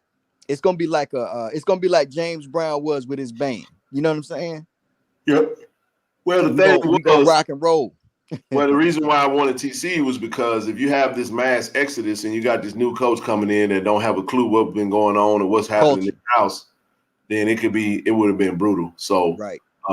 It's great for the culture, man. Yeah, no doubt. Because I was told plain as day that if we didn't hire TC, the coach was gonna take it with him anyway. So that would have hurt even worse. Yeah, you think I'm happy that O and TC, and I told them that. I said it was important to me that both of them, hey, Willie Tucker, you know what I'm saying? They say when you got two brothers sitting in front of each other talking, and both of them got their ankles out, you know they about to cut up. They about to get ugly now. So, but no, I was happy about that. I told both of them that. I said I'm ecstatic that you guys are still with us because that was one of the most important things. Yeah, Coach O is a big one. I mean, big one. Facts. Coach O got the Rolodex of all the recruits, so he's the recruit coordinator. He that little black book. Yes, sir. Little black book. And they working, man. They working. He did tell us he did say, hey, man, you know, the devil's busy and there's a lot of folks in the ears of these young men. Go love on them. Go let them know that they're still wanted in Jackson, you know, so you can still. And look, Dr. Henderson been up here dropping them firebomb emojis. It look like she got something else. What you got, Doc? Come on now. What you got? I ain't a doctor yet. But this is the other part that y'all we don't get. And this is a quote that one of my mentors told me is life is lived forward but understood backwards. When you're going through it, you don't understand it, but when you look back, you see the whole story. That's a fact. So a lot of times when we ask God to give us growth, sometimes He got to grow us. You got to get cut. And all growth is not going to be not painful. Right. When you grow something, it is painful. So we are talking about we want to be this great university. Okay, we got cut. We got embarrassed. We got a whole lot. What are you learning from this? Because the story will keep coming back until you learn the story. The lesson will keep coming back until you learn the lesson. So our lesson was for the whole world to see. Now the question is, what did we learn through this whole lesson experience that we have been through? It's some stuff, like you said, our marketing, we realized we have relied on. It's a lot of stuff, Ken, that if we really take the pride away from it and be truthful, looking at ourselves, we wasn't as great in the certain areas that we thought we were. True. And that's just the truth. Now, how can we be better? Like you said, our system wasn't right. Our marketing wasn't right. It was so many. What God showed us is a whole lot of pockets that were holes that we didn't even know that were holes. Meaning that if we was a cruise ship, our ass would have been sunk a long time ago. That's right. Many felt like we had already sank. We had so much stuff going on the horizon. But prior to that, but check this out though. But really, truthfully, prior to him coming, we didn't know we were that bad. That's true. Ooh. That's true. He said it himself. The same light that'll shine light on you also shine the bad things about you. Facts. And so instead of, to me, I look at this as the best opportunity to do right. Sometimes we have to be careful. The day that I told God I accepted my calling to mentor to his daughters, my whole life fell apart. Because I had to trust the process. It was very painful. But God was like, if you can't handle this, I can't take you higher. That's facts. If you getting all in fuffles on the first floor, how can I take you to the penthouse? See, your experiences are now become the one thing that allows you to minister to those. See, I'm a living witness of that. That's why I tell people my story is an amazing story when you really break it down. But I don't live with regrets and I don't look back because I realized that everything that I went through wasn't about me. So you remember, life is lived forward, but when you look back, you see a story that you just didn't see then. But you needed that to get you to where you are today. Absolutely. Yeah. So that's Hey, why I'm like, Ken. you gotta just take this in, and this is for anybody going through anything. Be careful what you ask for because the time you ask for it. That's facts. Somebody just Ken, speaking on things we can get better for. Can we please utilize the jumbotron this year? I'm on that, bro. I've already. So let me tell you this. I'm not the cure-all, be-all. I just know that we got great people in some roles, and sometimes we're wearing way too many hats. And I think that one of the things that technology has done has made the way that we move. It has made logistics a lot easier. And if you're not implementing the technological aspect, then you're going to find yourself running back and forth, and information travels way faster than your feet can. So, I was talking to Terrence Jones, the stadium manager and assistant AD, associate AD, and I said, "Hey, man, I think you should have a media meeting. Like, have a meeting and put it out there on all our media platforms that you're looking forward to having a meeting. If you're planning on covering Jackson State football in 2023, an alignment meeting where you discuss simple things like where they need to be. You can go and do a 5-minute video. You can make it yourself, and you can walk around the field and point to every spot, say, this is where you're going to be. This is where that's going to be. That's what this is going to be. Everybody apply for media credentials, but way before the season starts, so we don't have to do any of that stuff. You do all that. It's amazing what we could fix if we just strategize, organize, and communicate effectively. That's all it takes. How many times do Jackson State people say, "How do I do this? Where do I go for that? What happened?" It's just that we gotta get better communicating. That's logistics. That's infrastructure. That's systematic things that just we can get better at. And we have to be better at customer service. It's a business. And our customer service sucks in certain areas. And we got to be okay with somebody saying that, because I'm willing to do the work and do my part. I ain't just a complainer and an explainer that's sitting on the outside trying to get an amen. I'm really trying to. When I say it's thee I love, I truly, genuinely I love thee. You know what I'm saying? And I want to see us in the best light possible. Answer the damn phone. If you ain't got nobody there to answer it, put somebody else in the building to answer it. You know what I mean? Utilize your technological pieces and aspects, and that way, one of the things that we saw at Celebration Bowl, they was using the jumbotron. They were saying, "Get loud, folks, get loud." I was so proud of the damn defense. I was on the sideline doing this. I'm like, "Come on, damn it, they get loud defense." It was so hype, man. And it was the jumbotron. Obviously, that's an NFL stadium, but hey, man, we can do that. We could take. I'm gonna mention that we should be recording videos of players talking. What's up, Tiger Nation? Y'all know who it is. Like to take if Niles Gaddy is, we expect Niles to be, but Niles Gaddy need to be on that jumbotron saying, "Man, I need y'all to get up on y'all feet right now. Stand up, make some noise." You know what I'm saying? Go ahead, Rochelle. We need to invest in a PR person. Do we have a professional marketing person? I'm gonna ask that question. Because this is the thing. You can have Tyler came back on camera for that one. This is what I'm saying. It's okay. Because see, it's okay. The volunteers are gonna be there, the students are gonna be there, but they gotta have someone to lead them. Absolutely. That's something that has to be, and that has to be something that has to be invested in. Social media manager, like all that stuff is in place. And this is something that you have to absolutely invest into, because this is the most, I'm pretty sure we do, but I don't know who it is. I'll find out. I'll ask that question because the blueprint's been laid out for us. Oh, you better believe it. That's what I said. Yeah, I give you this suggestion. What if we use a jumbotron and maybe you like this 2020, well, almost 2023, obviously. They got a thing called QR code, JSU.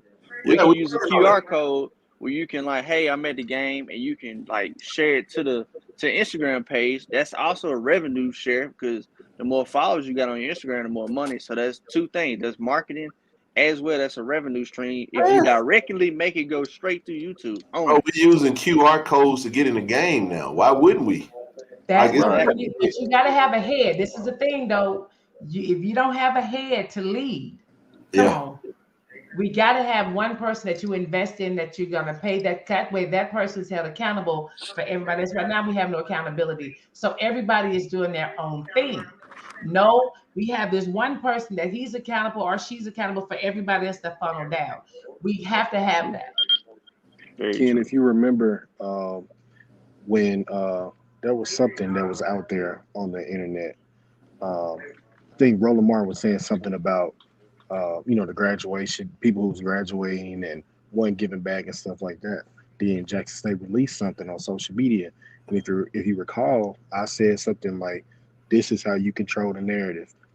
Jackson State has to stop allowing others outside of the institution. I mean, obviously, Coach Prime is gone now, but he was controlling the narrative of the football program, and all of that was funneled through his social media and Deion Jr.'s social media. Jackson State needs to be the one to control their narrative and put their message out there. You know what I'm saying? Now, I'm just saying, when I was a graduate student at Ole Miss, I ran the graduate school social media accounts. So, I mean, I could do that, but, Hey, man, it is what it is. we just got what we got to figure out. Absolutely, Lexus. That's exactly what I wanted to use QR codes for. I felt like I really would like to see us have a real true fundraising year-round campaign that allows us to donate towards each program. And the best time to get money from football is at a football game, in my opinion. Yep. People are true. Go ahead. This is y'all have to follow the Barack Obama playbook. I've already did an example. How many graduates you got? I just did 10,000. I'm just saying 10,000. This out for the alumni. You had just say 5,000 people. Can you donate $25 a month? I see this is the problem. We get in our emotions and hormones. I can do 100. No. I want you to be able to do a number that you will always be able to do. So let's just say if we had 5,000 alumni, just 5,000 that donated $25 a month. That is $125,000. Let's do that time 12. That's $1,500,000 just on $25 a month. Oh, let's see, can we do a 5,000 that can just do 50? I ain't trying to do a lot. I want you to 50. 5,000 times 50. That's $250,000 a month times 12. That's $3 million. Oh, we don't need you. We need a continual flow of income. And I want to be on auto bill. I'm going to put my account, $25 you can take out. $25, I broke that out at Starbucks. We think that $25 is not a lot. And that's why I believe in what Obama did is that your $25 added to everybody else $25 is a whole lot of money. And we just raised $4 million freaking dollars in 1 year. I'll wait. Can I say something, Ken? Yeah, absolutely. Like, listen. Like, I have never been to Jackson. Like I said before, I've never been to JSU, but I am a fan, right? I believe personally that can go not just with the alumni, but with the culture. You know what I'm saying? Like anybody worldwide that knows Jackson State wants to help. You know what I'm saying? That's powerful. I agree. Well, I just want to start with us first, but I'm like $25. You just people, can you commit to?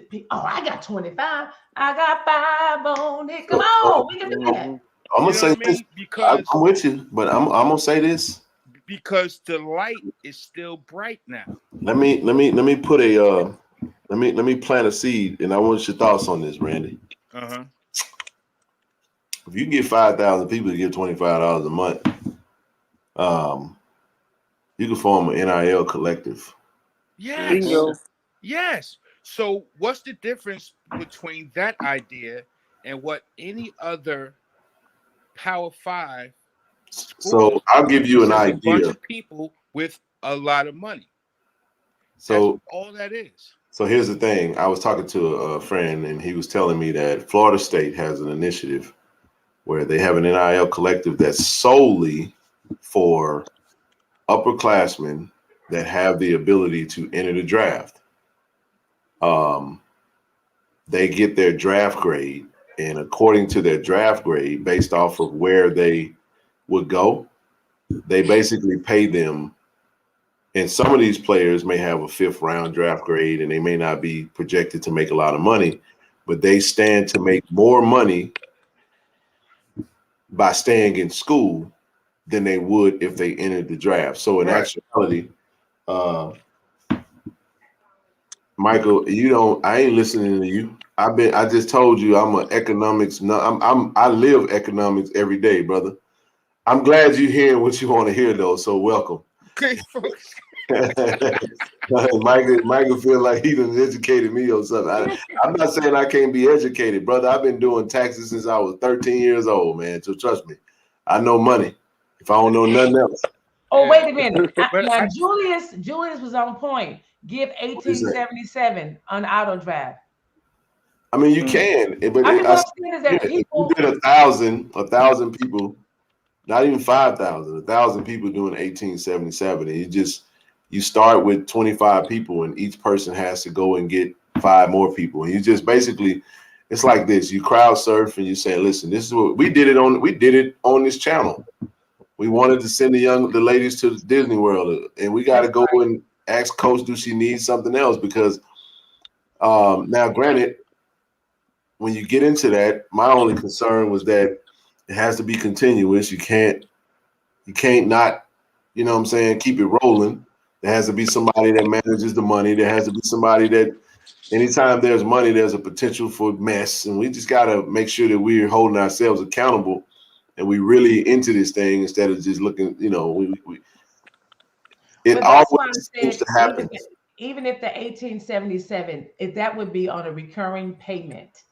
And that could go for that. I'm not just for the football, but even, and like I said, I was just looking and saying, I'm just doing us to let it see it. But of course, we got a whole lot of the people coming out. Just like that $19.95 a month thing.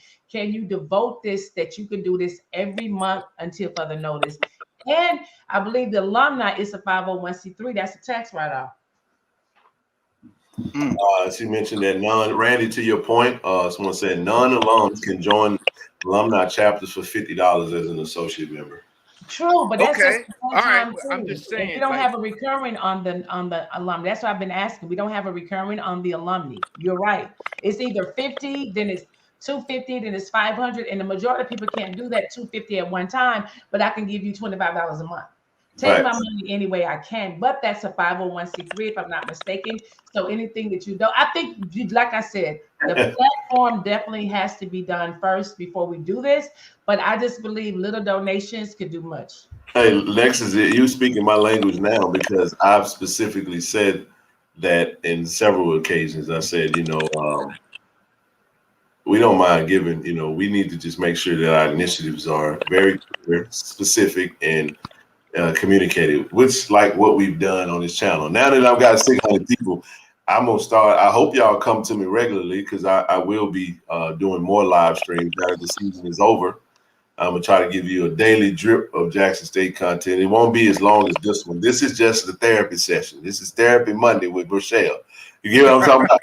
Now hit that cash up. Hit that cash. What's going on, bro? What's up, brother? How you doing? Man, what's going on, man? Man, I just got off the plane, man. Just got off the plane about 2 hours ago, man. I came in and crashed, but I was actually on the chat the whole time snoring. I was like, man, I hope they I'm glad I ain't going on, man. But nah, man, I'm actually and I just made it to Hong Kong, man. But wow. Yeah. Yeah. We got the WHO has a healthcare. We got a summit for a couple of days. But anyway, right now, where you at? Yeah, man. We just trying to make it, get it done, man, and make it on back safely, man, to the States later on this week. But hey, man, try to work on that PO box, man. Where we can start.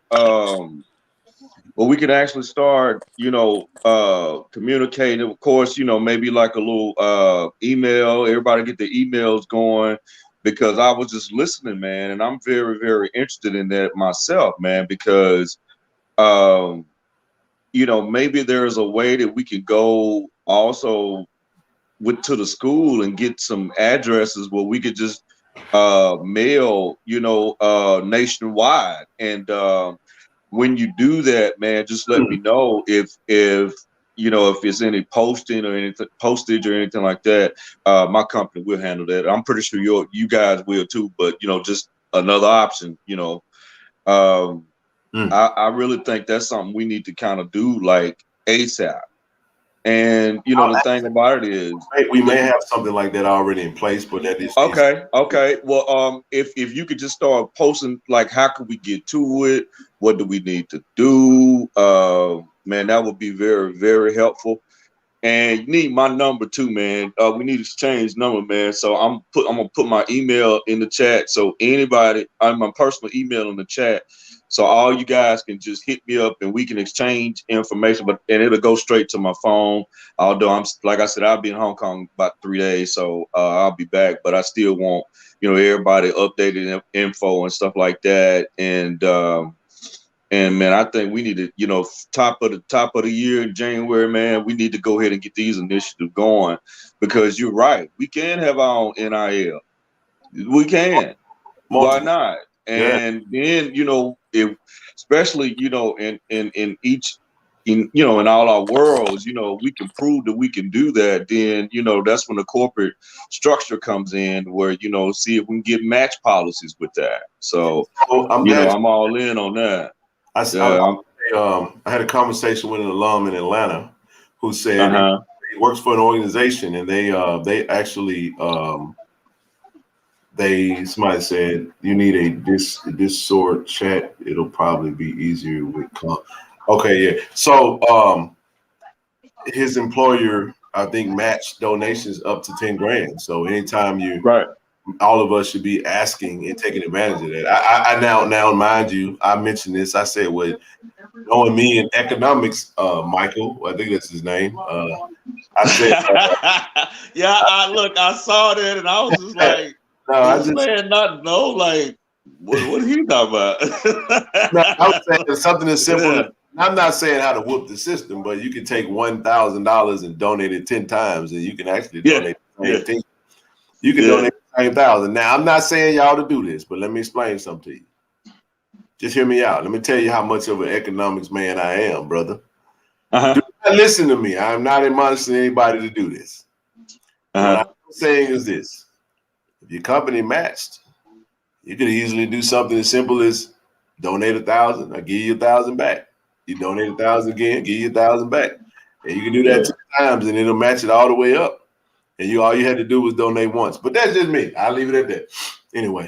I mean, with that initiative, it's cool, but let's take advantage of of our corporate structure. Even if Mr.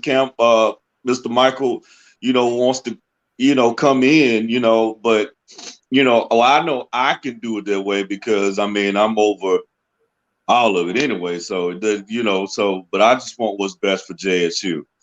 And the culture, man. So, and as it gets built up, we'll share it. But it won't be necessarily coming from me. I think it needs to come from the university. The university needs to the university will get better, get more streamlined with communicating specific things. Let me say it that way.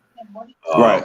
I think that I'm going to speak in the direction of where we're headed. So I'm not going to just keep saying what we need to do, and I'm not, like I said, I'm not speaking on behalf of the university. I'm just giving my thoughts to the ideal or whatever. So that's it. Hey Ken, I think this the perfect time also to like you were saying a few months ago, if you could deliver the message of increasing the ticket prices a little bit, that'd be another revenue. That ain't gonna happen this year. Not too much. Especially with that, you just at this point, even if you might see a small increase, but that's just my opinion. I know we mentioned that, but I wasn't saying like $10, $20, $30, but $5 to $7, something like that. Yeah. Nah, I'm with you. I mean, if they do it, we should do it. But I asked specifically what we doing, and it's like, nah, we're not going. So I don't know if we'll see an increase, which is even better because that takes away an excuse to not buy season tickets. So we should be buying season tickets. But look, bro, man, I'm still in the chat. Please, everybody, take my email. Just send me an email to my phone to let me know who you are. Everybody, Amber included, KP, all these people that's pro JSU. Let's exchange info because in January, hey, let's hit this stuff hard. I mean, let's really, really hit this stuff hard. And from my side of the house, I'll see if I can get maybe an initiative just with the corporation period. Because like we were discussing last time, with the little interns, already for the HBCUs, in the summertime that, now we've been averaging about 12 throughout the SWAC. So please, ma'am, please, sir, just hit me up because I'm very, very interested in this. And I can't say this. I'm very willing to, put a lot of my own money into it as well. Well, we got to organize. We'll organize a plan, and yeah. That way we don't. For me, it's not about. Let me see how I can say this. I'm extremely specific, man. We got to hit targets.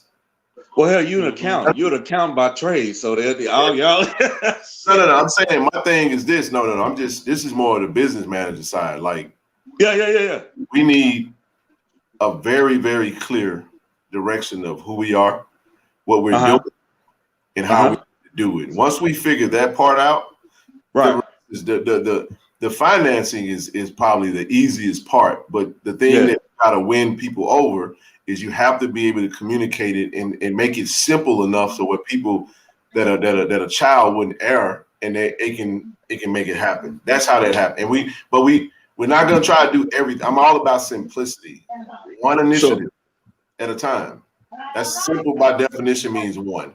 And if you simplify it for everybody, if this is an initiative where we gonna start an NIL collective, I'm all for that because that's how it starts. But we need to be serious about it, and we need to have some real infrastructure. Clear infrastructure put in place for us. So we'll start there, and we'll go from there. And I think I got a couple of folks in mind that I'm thinking in here that we can get started with. But I'll pause on that for right now. But I appreciate you, bro. Get your rest, man. Man, I'm still on the chat, man. Like I said, man, I just got off the doggone plane about 2 hours ago, man. And I had a cocktail and everything, man. And I'm about to sleep as all get out. You got it, brother. But all right, man. Man, y'all be safe, man. Appreciate y'all. No doubt. You right, Ken. Go ahead. Go ahead, bro. Oh man, I'm about to say, I'm about to head out. Shit, I've been up since like 8-something this morning dealing with retail customers and stuff like that. Had probably about 5 of them out, but my customer service skills come into play. That good old customer service skills that I done instilled in me since I was 19 years old. Mine too, bro. I was working in the JSU shoe department.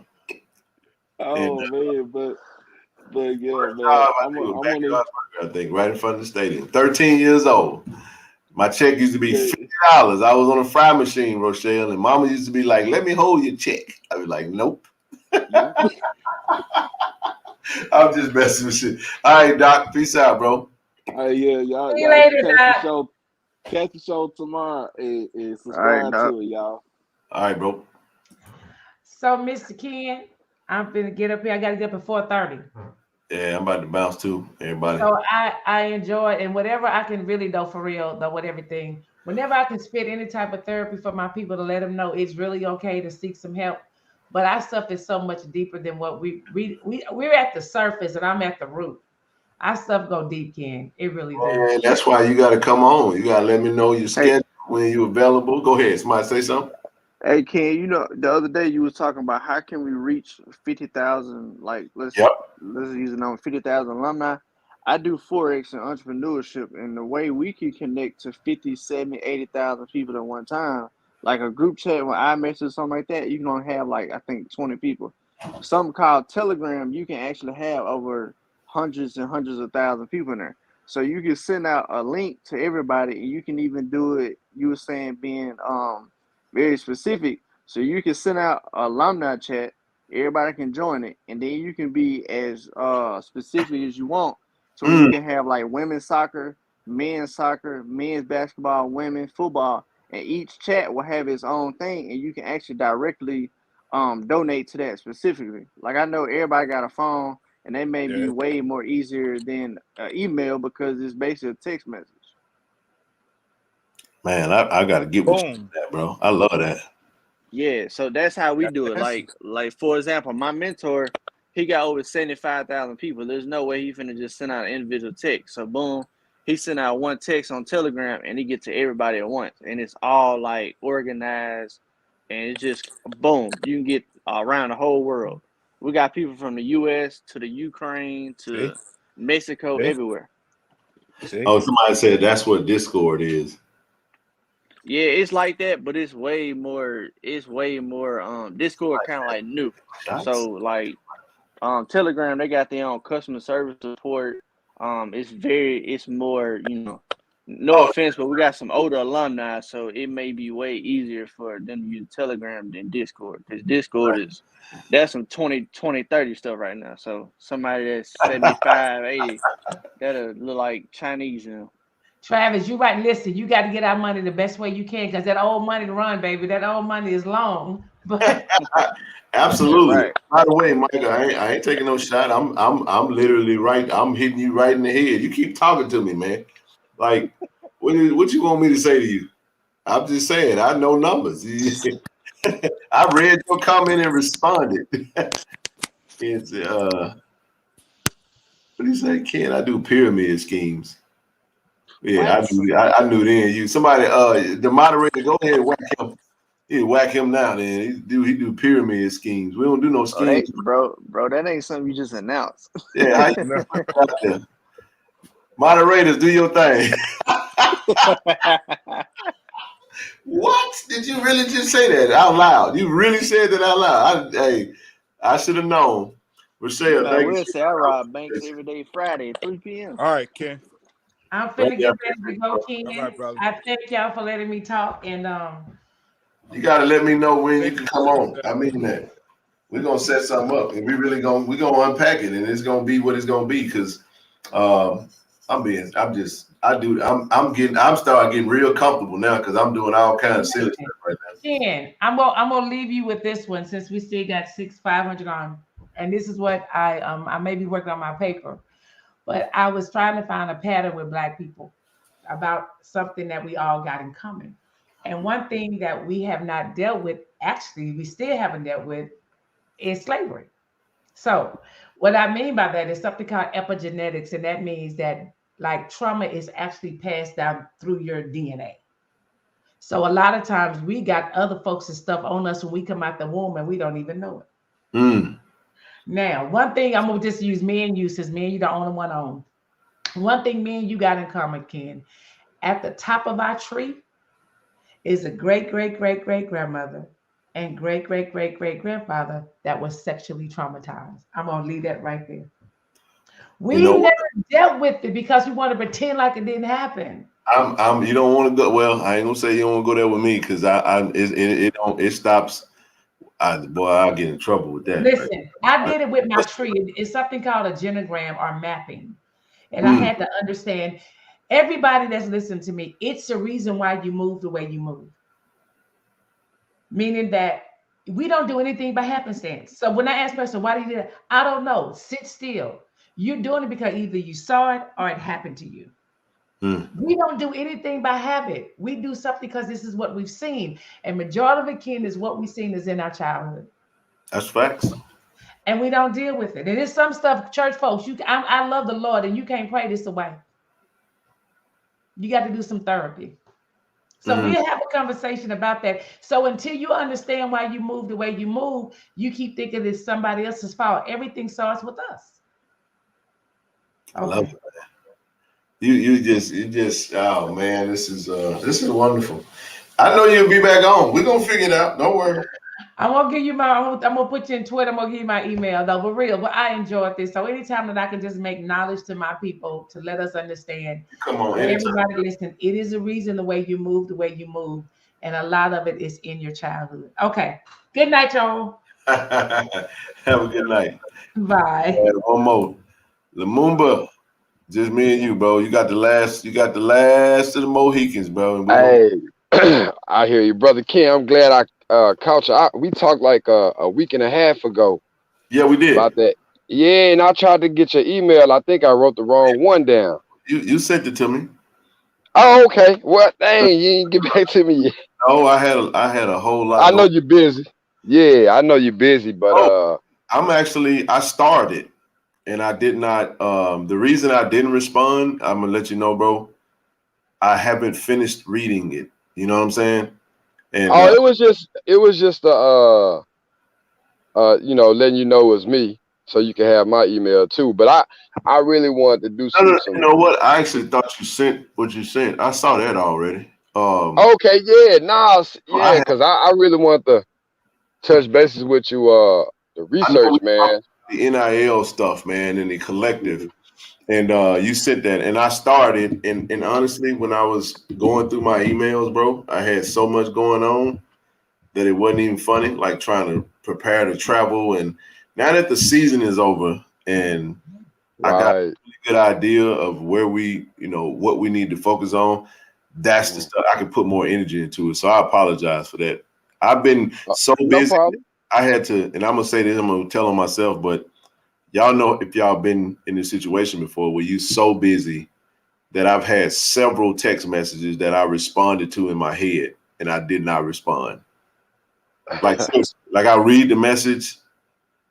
I had to apologize to my daughter just yesterday because I was like, sweetheart, please forgive me, because I just realized that I typed up the message and never hit send, or I read the message and I responded in my head because I was driving or I was in the middle of something working, and I say I'll get back to it, but I don't ever get back to it because it's been so much stuff happening. So I'm just kind of glad everything's slowing down. But today was a bit much because of all the kids hitting the portal and people just panicking. Everybody want to know what's going on. Everybody want to say, man, just tell me if we're going to be okay. And I'm like, why do I need to tell you that? Like, tell yourself that. But I understood it, and I was just having fun with it. But no, we're good. Go ahead. No, I just wanted to let you know and the other people, about this NIL collective. It's a website. It's like 24/7 recruiting.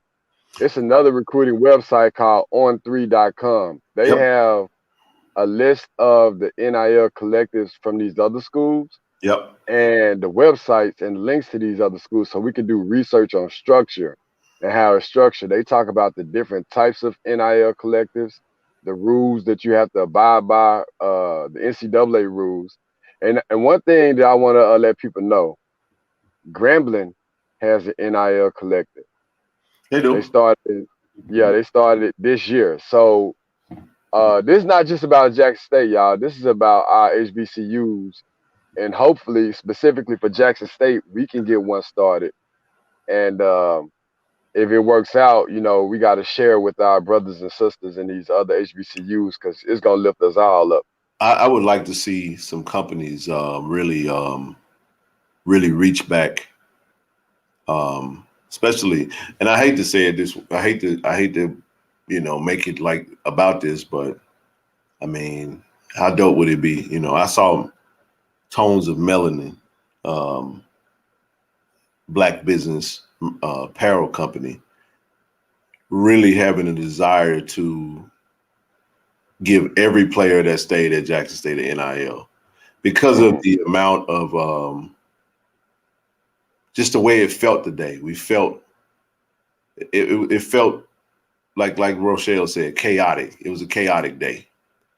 So we got some powerful Black businesses out there that I would love to see collaborate and partner with Jackson State University. But the problem is that we kind of ran into this war of words amongst sides, and we made our community pick sides. We made our community say, well, I don't want to put my love for Coach Prime to the side, so I'm just going to automatically assume that everything that was said is true, and you guys did wrong by him, so we created a lot of public enemies. And but I would just hope that if somebody that has the ability find this stream or whatnot, it would be nice for some, because we need the resources, man. We're not going to be able to fix everything. We're not going to be. And then when you talk about NILs, there's so many things that we need to donate for because we're so severely underfunded. And then when you have somebody like that exits the building, it creates a lot of opportunities, I'd say, instead of gaps. But let me say this, Brother Ken. Doesn't mean we can't form something. Go ahead. Let me say this. I heard Jerry Jones say this last week. He said it's 75,000 college football players. Now, out of that 75,000, if we can't get 60, 65, 3-star, 2-star players and put a program in place, the fundamentals that they need in order to take a 2-star, 3-star and turn him into a 4-star, 5-star. I think that's going to be our niche. Can we put a program in place? And that's what I think we're building. I think we're building that. Go ahead. Yeah. No, I was just going to say, if we had, these collectives are needed by the university because the university can only put into infrastructure. And then, with the state having a stranglehold on Jackson State the way it's always has, we can't depend on the state. But the beauty of the collective is it can go out and pay these players to come in. I was looking at the value, this On3, it has a valuation on NILs for prospective high schoolers coming out. $16,000 a year for a 3-star. And I was just thinking, if we were organized, those players that Prime cut, I was looking at those players that Prime reneged on their scholarships in Colorado. Man, if we could have swooped in, but I say this to say, there are players out there. We just have to be organized and target the right players. And it's not the NIL that's targeting the players. That's all on the coaches. But it makes your coach more powerful if they have that bag. It's certain players they might not want to go after because they be like, they out of our reach. But if we got that bag coming in yearly, then, we can go after certain players. I'm going to tell you who does that very well right now. Campbell. I totally agree. I wish we could get Mentor, man. I looked at their ranking. They ranked in the top 60 in recruiting. Well, they're going to be in the top 50 for it's over with. He's on a roll because the very thing you just said, them kids ain't going no damn Camel just to be going to Camel, bro. Like there's a system in place, and that is a PWI FCS program, and he's doing it extremely well. So I don't have the specifics on it, but he definitely has a recruiting strategy. That's good intel you gave in regards to that other stuff. Hey man, I'm not bringing you back on, dude. Like I ain't got time for that tonight. But I really wanted to. I'm glad when I just got home and I hopped on. I was listening to the conversation. I'm like, man, this is what we need. Like our conversation does not need to be about bashing Dion or supporting Dion. It needs to be about what is our solution based on research, based on facts that are on the ground. Man, it's so much. So he said it. He said in his interview, like you're gonna see how much we were doing for JSU when we leave. So well, you know what? Let me say this about Dion. the thing about Deion, he drops some great gems that can stay with us. Yep. But the way he did it with superstar leadership, when that superstar leader is gone, it Yes, correct. dismantle. It dismantle. I mean, he That's 23 people in the what I portal. said. That's what that man. Go ahead. You speaking now? Go ahead. No, and I just want to say, when we do our research, look at Ohio State for an example. Back when they had Maurice Claret and they won that national championship. Jim Even before then, but I want to start right there as a point in history. From that point on, they've always been in the top 10, top 15, no matter what coach they brought in, because it's the machine behind the school that's Fact. allowing them to transition and keep transitioning. So I was happy that Deion came, and now I'm happy he's gone because eventually he was going to go, and we can't rely on a superstar leadership like that. You know, we got to have something that's sustainable. That's And correct. to be honest, Deion was not sustainable. That's why I wasn't shocked today, and I said I was shocked at how many people were surprised at the amount of kids that went into the portal. You make a great point, bro, when you say superstar leadership. I love that because that means you're right. It's unsustainable. That's why many of us wanted to see him stay in place a little longer because we felt like had he stayed a little longer, we would have had some systems in place that could have sustained us. You know, we wanted to see a better TV deal. Now all of a sudden, they dropped the lawsuit. The SWAC drops the lawsuit in regard to third-party media right outlets, where we could have found a way to finesse a dope deal for all JSU sports and not just football. We could have leveraged our, you know what I'm saying, a package that would have paid, our university could have put that in place, and we could have secured a long-term deal. So if he walked out the door, that still permeated. We could have. That's the type of thing we're talking about, where when we say, "Hey, I want you to set us up with a foundation of like media stuff," but when the in-house relationships deteriorate at the rate and the level that they did, it makes people not want to do nothing for you because you don't want to do nothing to help somebody that appears to be an enemy. You know what I mean? So I would have loved to see that, but the reality of the matter is this is what chaos looks like. We saw it, we got a glimpse of it, and now we got to figure out. And now it's making us ask the right questions. It's making us. You feel that urgency, don't you? You feel it. I know you feel it. Hell, I feel it.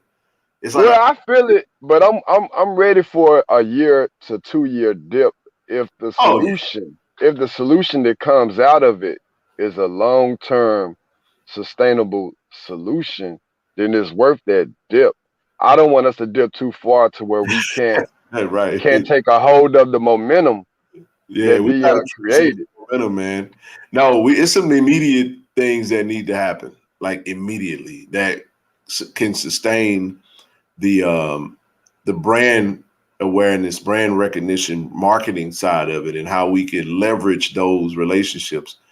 Everybody that is in business that have the potential to partner with JSU is not in tune with some of the day-to-day minutia that we're entangled by. We still have brand recognition, and many aren't probably digesting it from a negative standpoint. So we have to be able to capitalize on that, because every time I still wear, I'm rocking the merch and they know what time it is, but I'm getting a lot more, man, Deion went to Colorado, but you guys are still awesome. I'm like, yeah, for sure. We wish him well. That's all I say. But go ahead. One thing that hurt us, man, and I wish Jack State would have come out and said this, when those rumors of the financial issues came out with the ticket sales and all of that, they should have come out and showed receipts, because businesses moving forward are going to have that stain on them. Just like Prime had that incident with the Prime Academy, and when he was interviewing with these other schools, that popped up in the news. These businesses, they want, businesses come in with money. So anything dealing with money, now they have to look at the administration and say, well, what about this and what about that? That's a great point. I like that. You know, I mean, they came out and debunked it, but not really. They just said they paid them. Yeah, they did, and he out. But you see, here's the thing: you also don't want to open yourself up too much to where you stand to lose, regardless, because many people went into that situation already with their mind made up of who they was going to believe and who they was going to support. And one of the things I've seen over these past 2 years of dealing with people in this Deion Jackson State phenomenon, it was many people would move the needle. They move the goalposts on their points when you give them facts, right? So you come to them and you tell them something, they'll just adjust it and go back to or move to a different place because their position is opposition. So I get what you're saying. I don't disagree with it, but I also say maybe there was some carefulness with sharing some information because that could be a bit dicey where you're sharing that type of information, which can open yourself up for potential maybe lawsuits or anything, or you may even open yourself up for just more public scrutiny because it wasn't. Well, you know what I mean? Yeah, but you know what? Even though Deion didn't put it out there. One thing, that was also an interview that he did 2 months prior to that stuff being said, and nobody gave a damn. So it wasn't like the school was going to come back. It wasn't until this is weird to me. It wasn't until when Deion was getting ready to leave, it just seemed like information started just popping up from his side of it and just falling into the hands of people that didn't mean Jack State no good. And last thing I'll say about it is, you're in a situation where it's already nasty, but the burden of proof is on the accuser. It's not on the defense. You know what I'm saying? If you're accusing me of something, you have to provide your evidence that it occurred, and then now I stand, the reason to have to, explain what transpired. But if all you did was just gave a vague example that was 2 months prior in a regular conversation that occurred on the campus, then you could just dismiss it as, oh, he's just talking smack, So, right. Now, let me say this about JSU administration. It's always been rumblings about mismanagement of money in a lot of HBCUs. Yes. But if you look at schools, the big schools, Alabama, they might have their issues. But that back in the day, it was the boosters, right? And they were paying money under the table. Yep. They were the watchdog over the president and the athletic director, because once you feed a university money on a consistent basis, which they can use to make that university prosper and grow, then they become addicted to you, and they, in some ways, a lot of ways, have the answer to you. If you look at Deion's in first press conference when he got introduced as the head coach, one of the things he said was, I just met with 9 donors or 9 boosters. He said, I just met with 9 boosters. So we got to start to realize where the power is at, even over the administration, where they have to answer and they have to watch what they do because they are addicted to what you're bringing in and the power. Once you give them that money, it gives them power, but they realize where that power comes from. I would love for us to get to that point, but we are a long way from it. Well, the thing is, though, it's about information and education. A lot of our people don't understand how the system works. Like, for example, it's great to donate to Jackson State, and I say do that. But a lot of people don't realize that Jackson State, like other major universities, need an outside booster club or collective, especially in this landscape, the way the NCAA has it, where, Jackson State can't pay players. They can't give them NIL deals, which we know these NIL deals are incentives to come to the school. No, only an outside collective can do that. But a lot of our people don't understand that. And it's great to donate, but with the collective is really not a donation. It's more of an organization of your money for specific goals Right. that help the university. So I'm gonna say this, and we're gonna wrap this up because Okay. I'm on 4 hours now. We're gonna roll, and I'm done. I'm gonna be back on tomorrow, briefly. What time you getting on tomorrow before you start? I don't even know yet. I think it'll probably Okay. be more around 5 p.m. my time, Pacific. So here's what I'll say, and I'm gonna say this, and I think we start with one collective first. Yes. And we master it, and we figure out what our goal is, and then from there you communicate it. You know, we got enough people to do the homework and the research to figure out exactly what we need to do, and we start where we need to start, and then we just build from there. And as we let me say this too, like a lot of the organizations that we have are currently already collectives. It's called booster clubs, you know what I'm saying? But this collective is a different animal because we need to make sure we know the laws and bylaws of all this NIL stuff, so we're not putting ourselves in trouble or the university either, you know. But we have to figure out a way and make it make sense, and that's our homework. We got a little time to do it, and but like you said, there's gonna be a small dip for a little period of time, but maybe the stuff that we're putting in place won't necessarily affect a whole lot of people initially, but you can start small and you can grow. Can we I'm sorry. No, I would say one of the beautiful things about starting small is you can master it and then build from there. But I'll let you have the last comment, and I got to roll, bro. No, I just want to say this, man. If we could possibly sometime in January get a conference together of like minds to really sit down and really put something on paper, after doing research and use that as a first step to, go another step and another step. But I would really like to get you, and I just want to say this also with you guys on YouTube, man. It's a lot of y'all repping Jack State and representing these SWAC schools.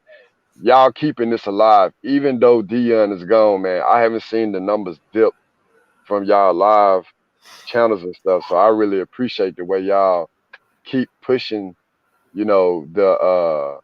pushing us forward through this media. No doubt. I would like to, if y'all can organize, or we can all, those who really serious can organize some kind of Zoom conference or something. I know y'all were talking about this other app earlier, but we can just get a date and be like, hey, we're gonna have a conference on this date and really discuss things and put some stuff on paper to move forward. Even if it's a homework assignment coming out of there, like, hey, let's do our research on this, and this. I got it for you. Okay. Go ahead and do the research, and then we don't have to wait on a whole lot of people. I mean, ideas starts with you. Go do the homework. You got me charged to go really do the reading. It's gonna take me a little time because I need some time to read it. I'm aware of it, but I won't speak on anything I don't understand. So until I read it, fully digest it, understand it, and be able to explain it to a child, I'm not gonna touch it. So I like that though. Let's get it rolling, man. Yes, sir. Let's get it rolling. We can build something, and then you just kind of go from there, and then we share what we do. I don't know if people are sharing like that, but we can definitely build one, and then keep building and building and building. That's kind of how it works. But man, I appreciate you, bro. I'm gonna end it right there. I appreciate you too, man. All right, brother Ken. Man, we definitely we on to something. Y'all gotta forgive me, my back itching, man. I've been sitting in this damn chair. Now I'm gonna go and it ain't too late where I'm at, so I'm gonna go and take the next 15, 30 minutes, man, and wind down. Much love to y'all. I know everybody. Hopefully everybody's calm and everybody ain't all in my damn inbox tomorrow, because hopefully everybody that gonna hit the portal, and we can let the dust settle and we can build this thing back up brick by brick. But with this time, when we build it up, we're gonna build it back with systems in place that's gonna be built on sustainability. And I love what you said, bro. It's not done with a celebrity coach like that. It's done with somebody that's true blue and that's in-house, that understands what it takes to be a Tiger. So all the best, man. Appreciate everybody for coming on. I'm gonna pop on Probably tomorrow, if I have something, I'll hop on and be a brief little live. I'm just gonna try to hop on here and give us something to think about every day in relation to Jackson State, man. So keep that positive energy. Do not vent online. Do not get online with negativity, because parents, fans, siblings, kids, recruits, coaches, everybody see that stuff. And you're not doing Jackson State any favors by speaking ill of anything that's online, man. Like, stop it. Please stop it. So all the best to you, bro. All right, brother. Have a good one. You too. All right, y'all. 4 hours and 5 minutes. Don't tell me I don't rock with y'all. Hey, if you just now tuning this, if you got all the way to the end of this video, leave your boy a Cash App donation or PayPal donation. I appreciate you guys. I'm thankful to every last one of you guys, and I appreciate you for rocking with me and coming on, and we're going to keep this thing going, man. We got a lot of work cut out for us, but I'm up for the challenge, and let's have fun with it, man. Let's not act like this is the end of the world, man. This is just the beginning of a new thing. So love what Rochelle said, man. It's, chaos is giving us an opportunity to progress and move forward. It's like my brother Zoe says all the time, there's no such thing as uncomfortable. It's comfortable growth. No such thing as comfortable growth. So we're growing right now. It may not look like it. It may not feel like it. But one of the things that requires, she talked about plucking things up by the root. There's a parable of the wheat and the tares. You let all of it grow up together. You don't, at a certain point in time, you don't pluck it all up, because you might pluck up good, wheat. So you got to let it grow up to the point to where you're able to discern between which is which, and you pluck up the tares, and now you got good wheat. So that's where we at. We about to plant that good wheat, man. And for those, like she mentioned, those that are going to be in Jackson State uniforms because they want to be here and they come because they want to play for Coach TC. We love the ones that represented the Tiger Nation and wore that blue and white for however many seasons that they did under Coach Prime. But we wish them all the best. We welcome you back if you decide to return.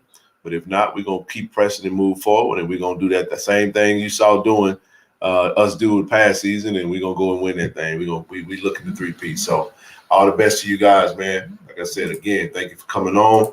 I appreciate you for all the Cash App donations. Donate to the channel. I keep this thing going, man. And we'll see what comes of it, man. Other than that, I appreciate y'all, man. Peace out.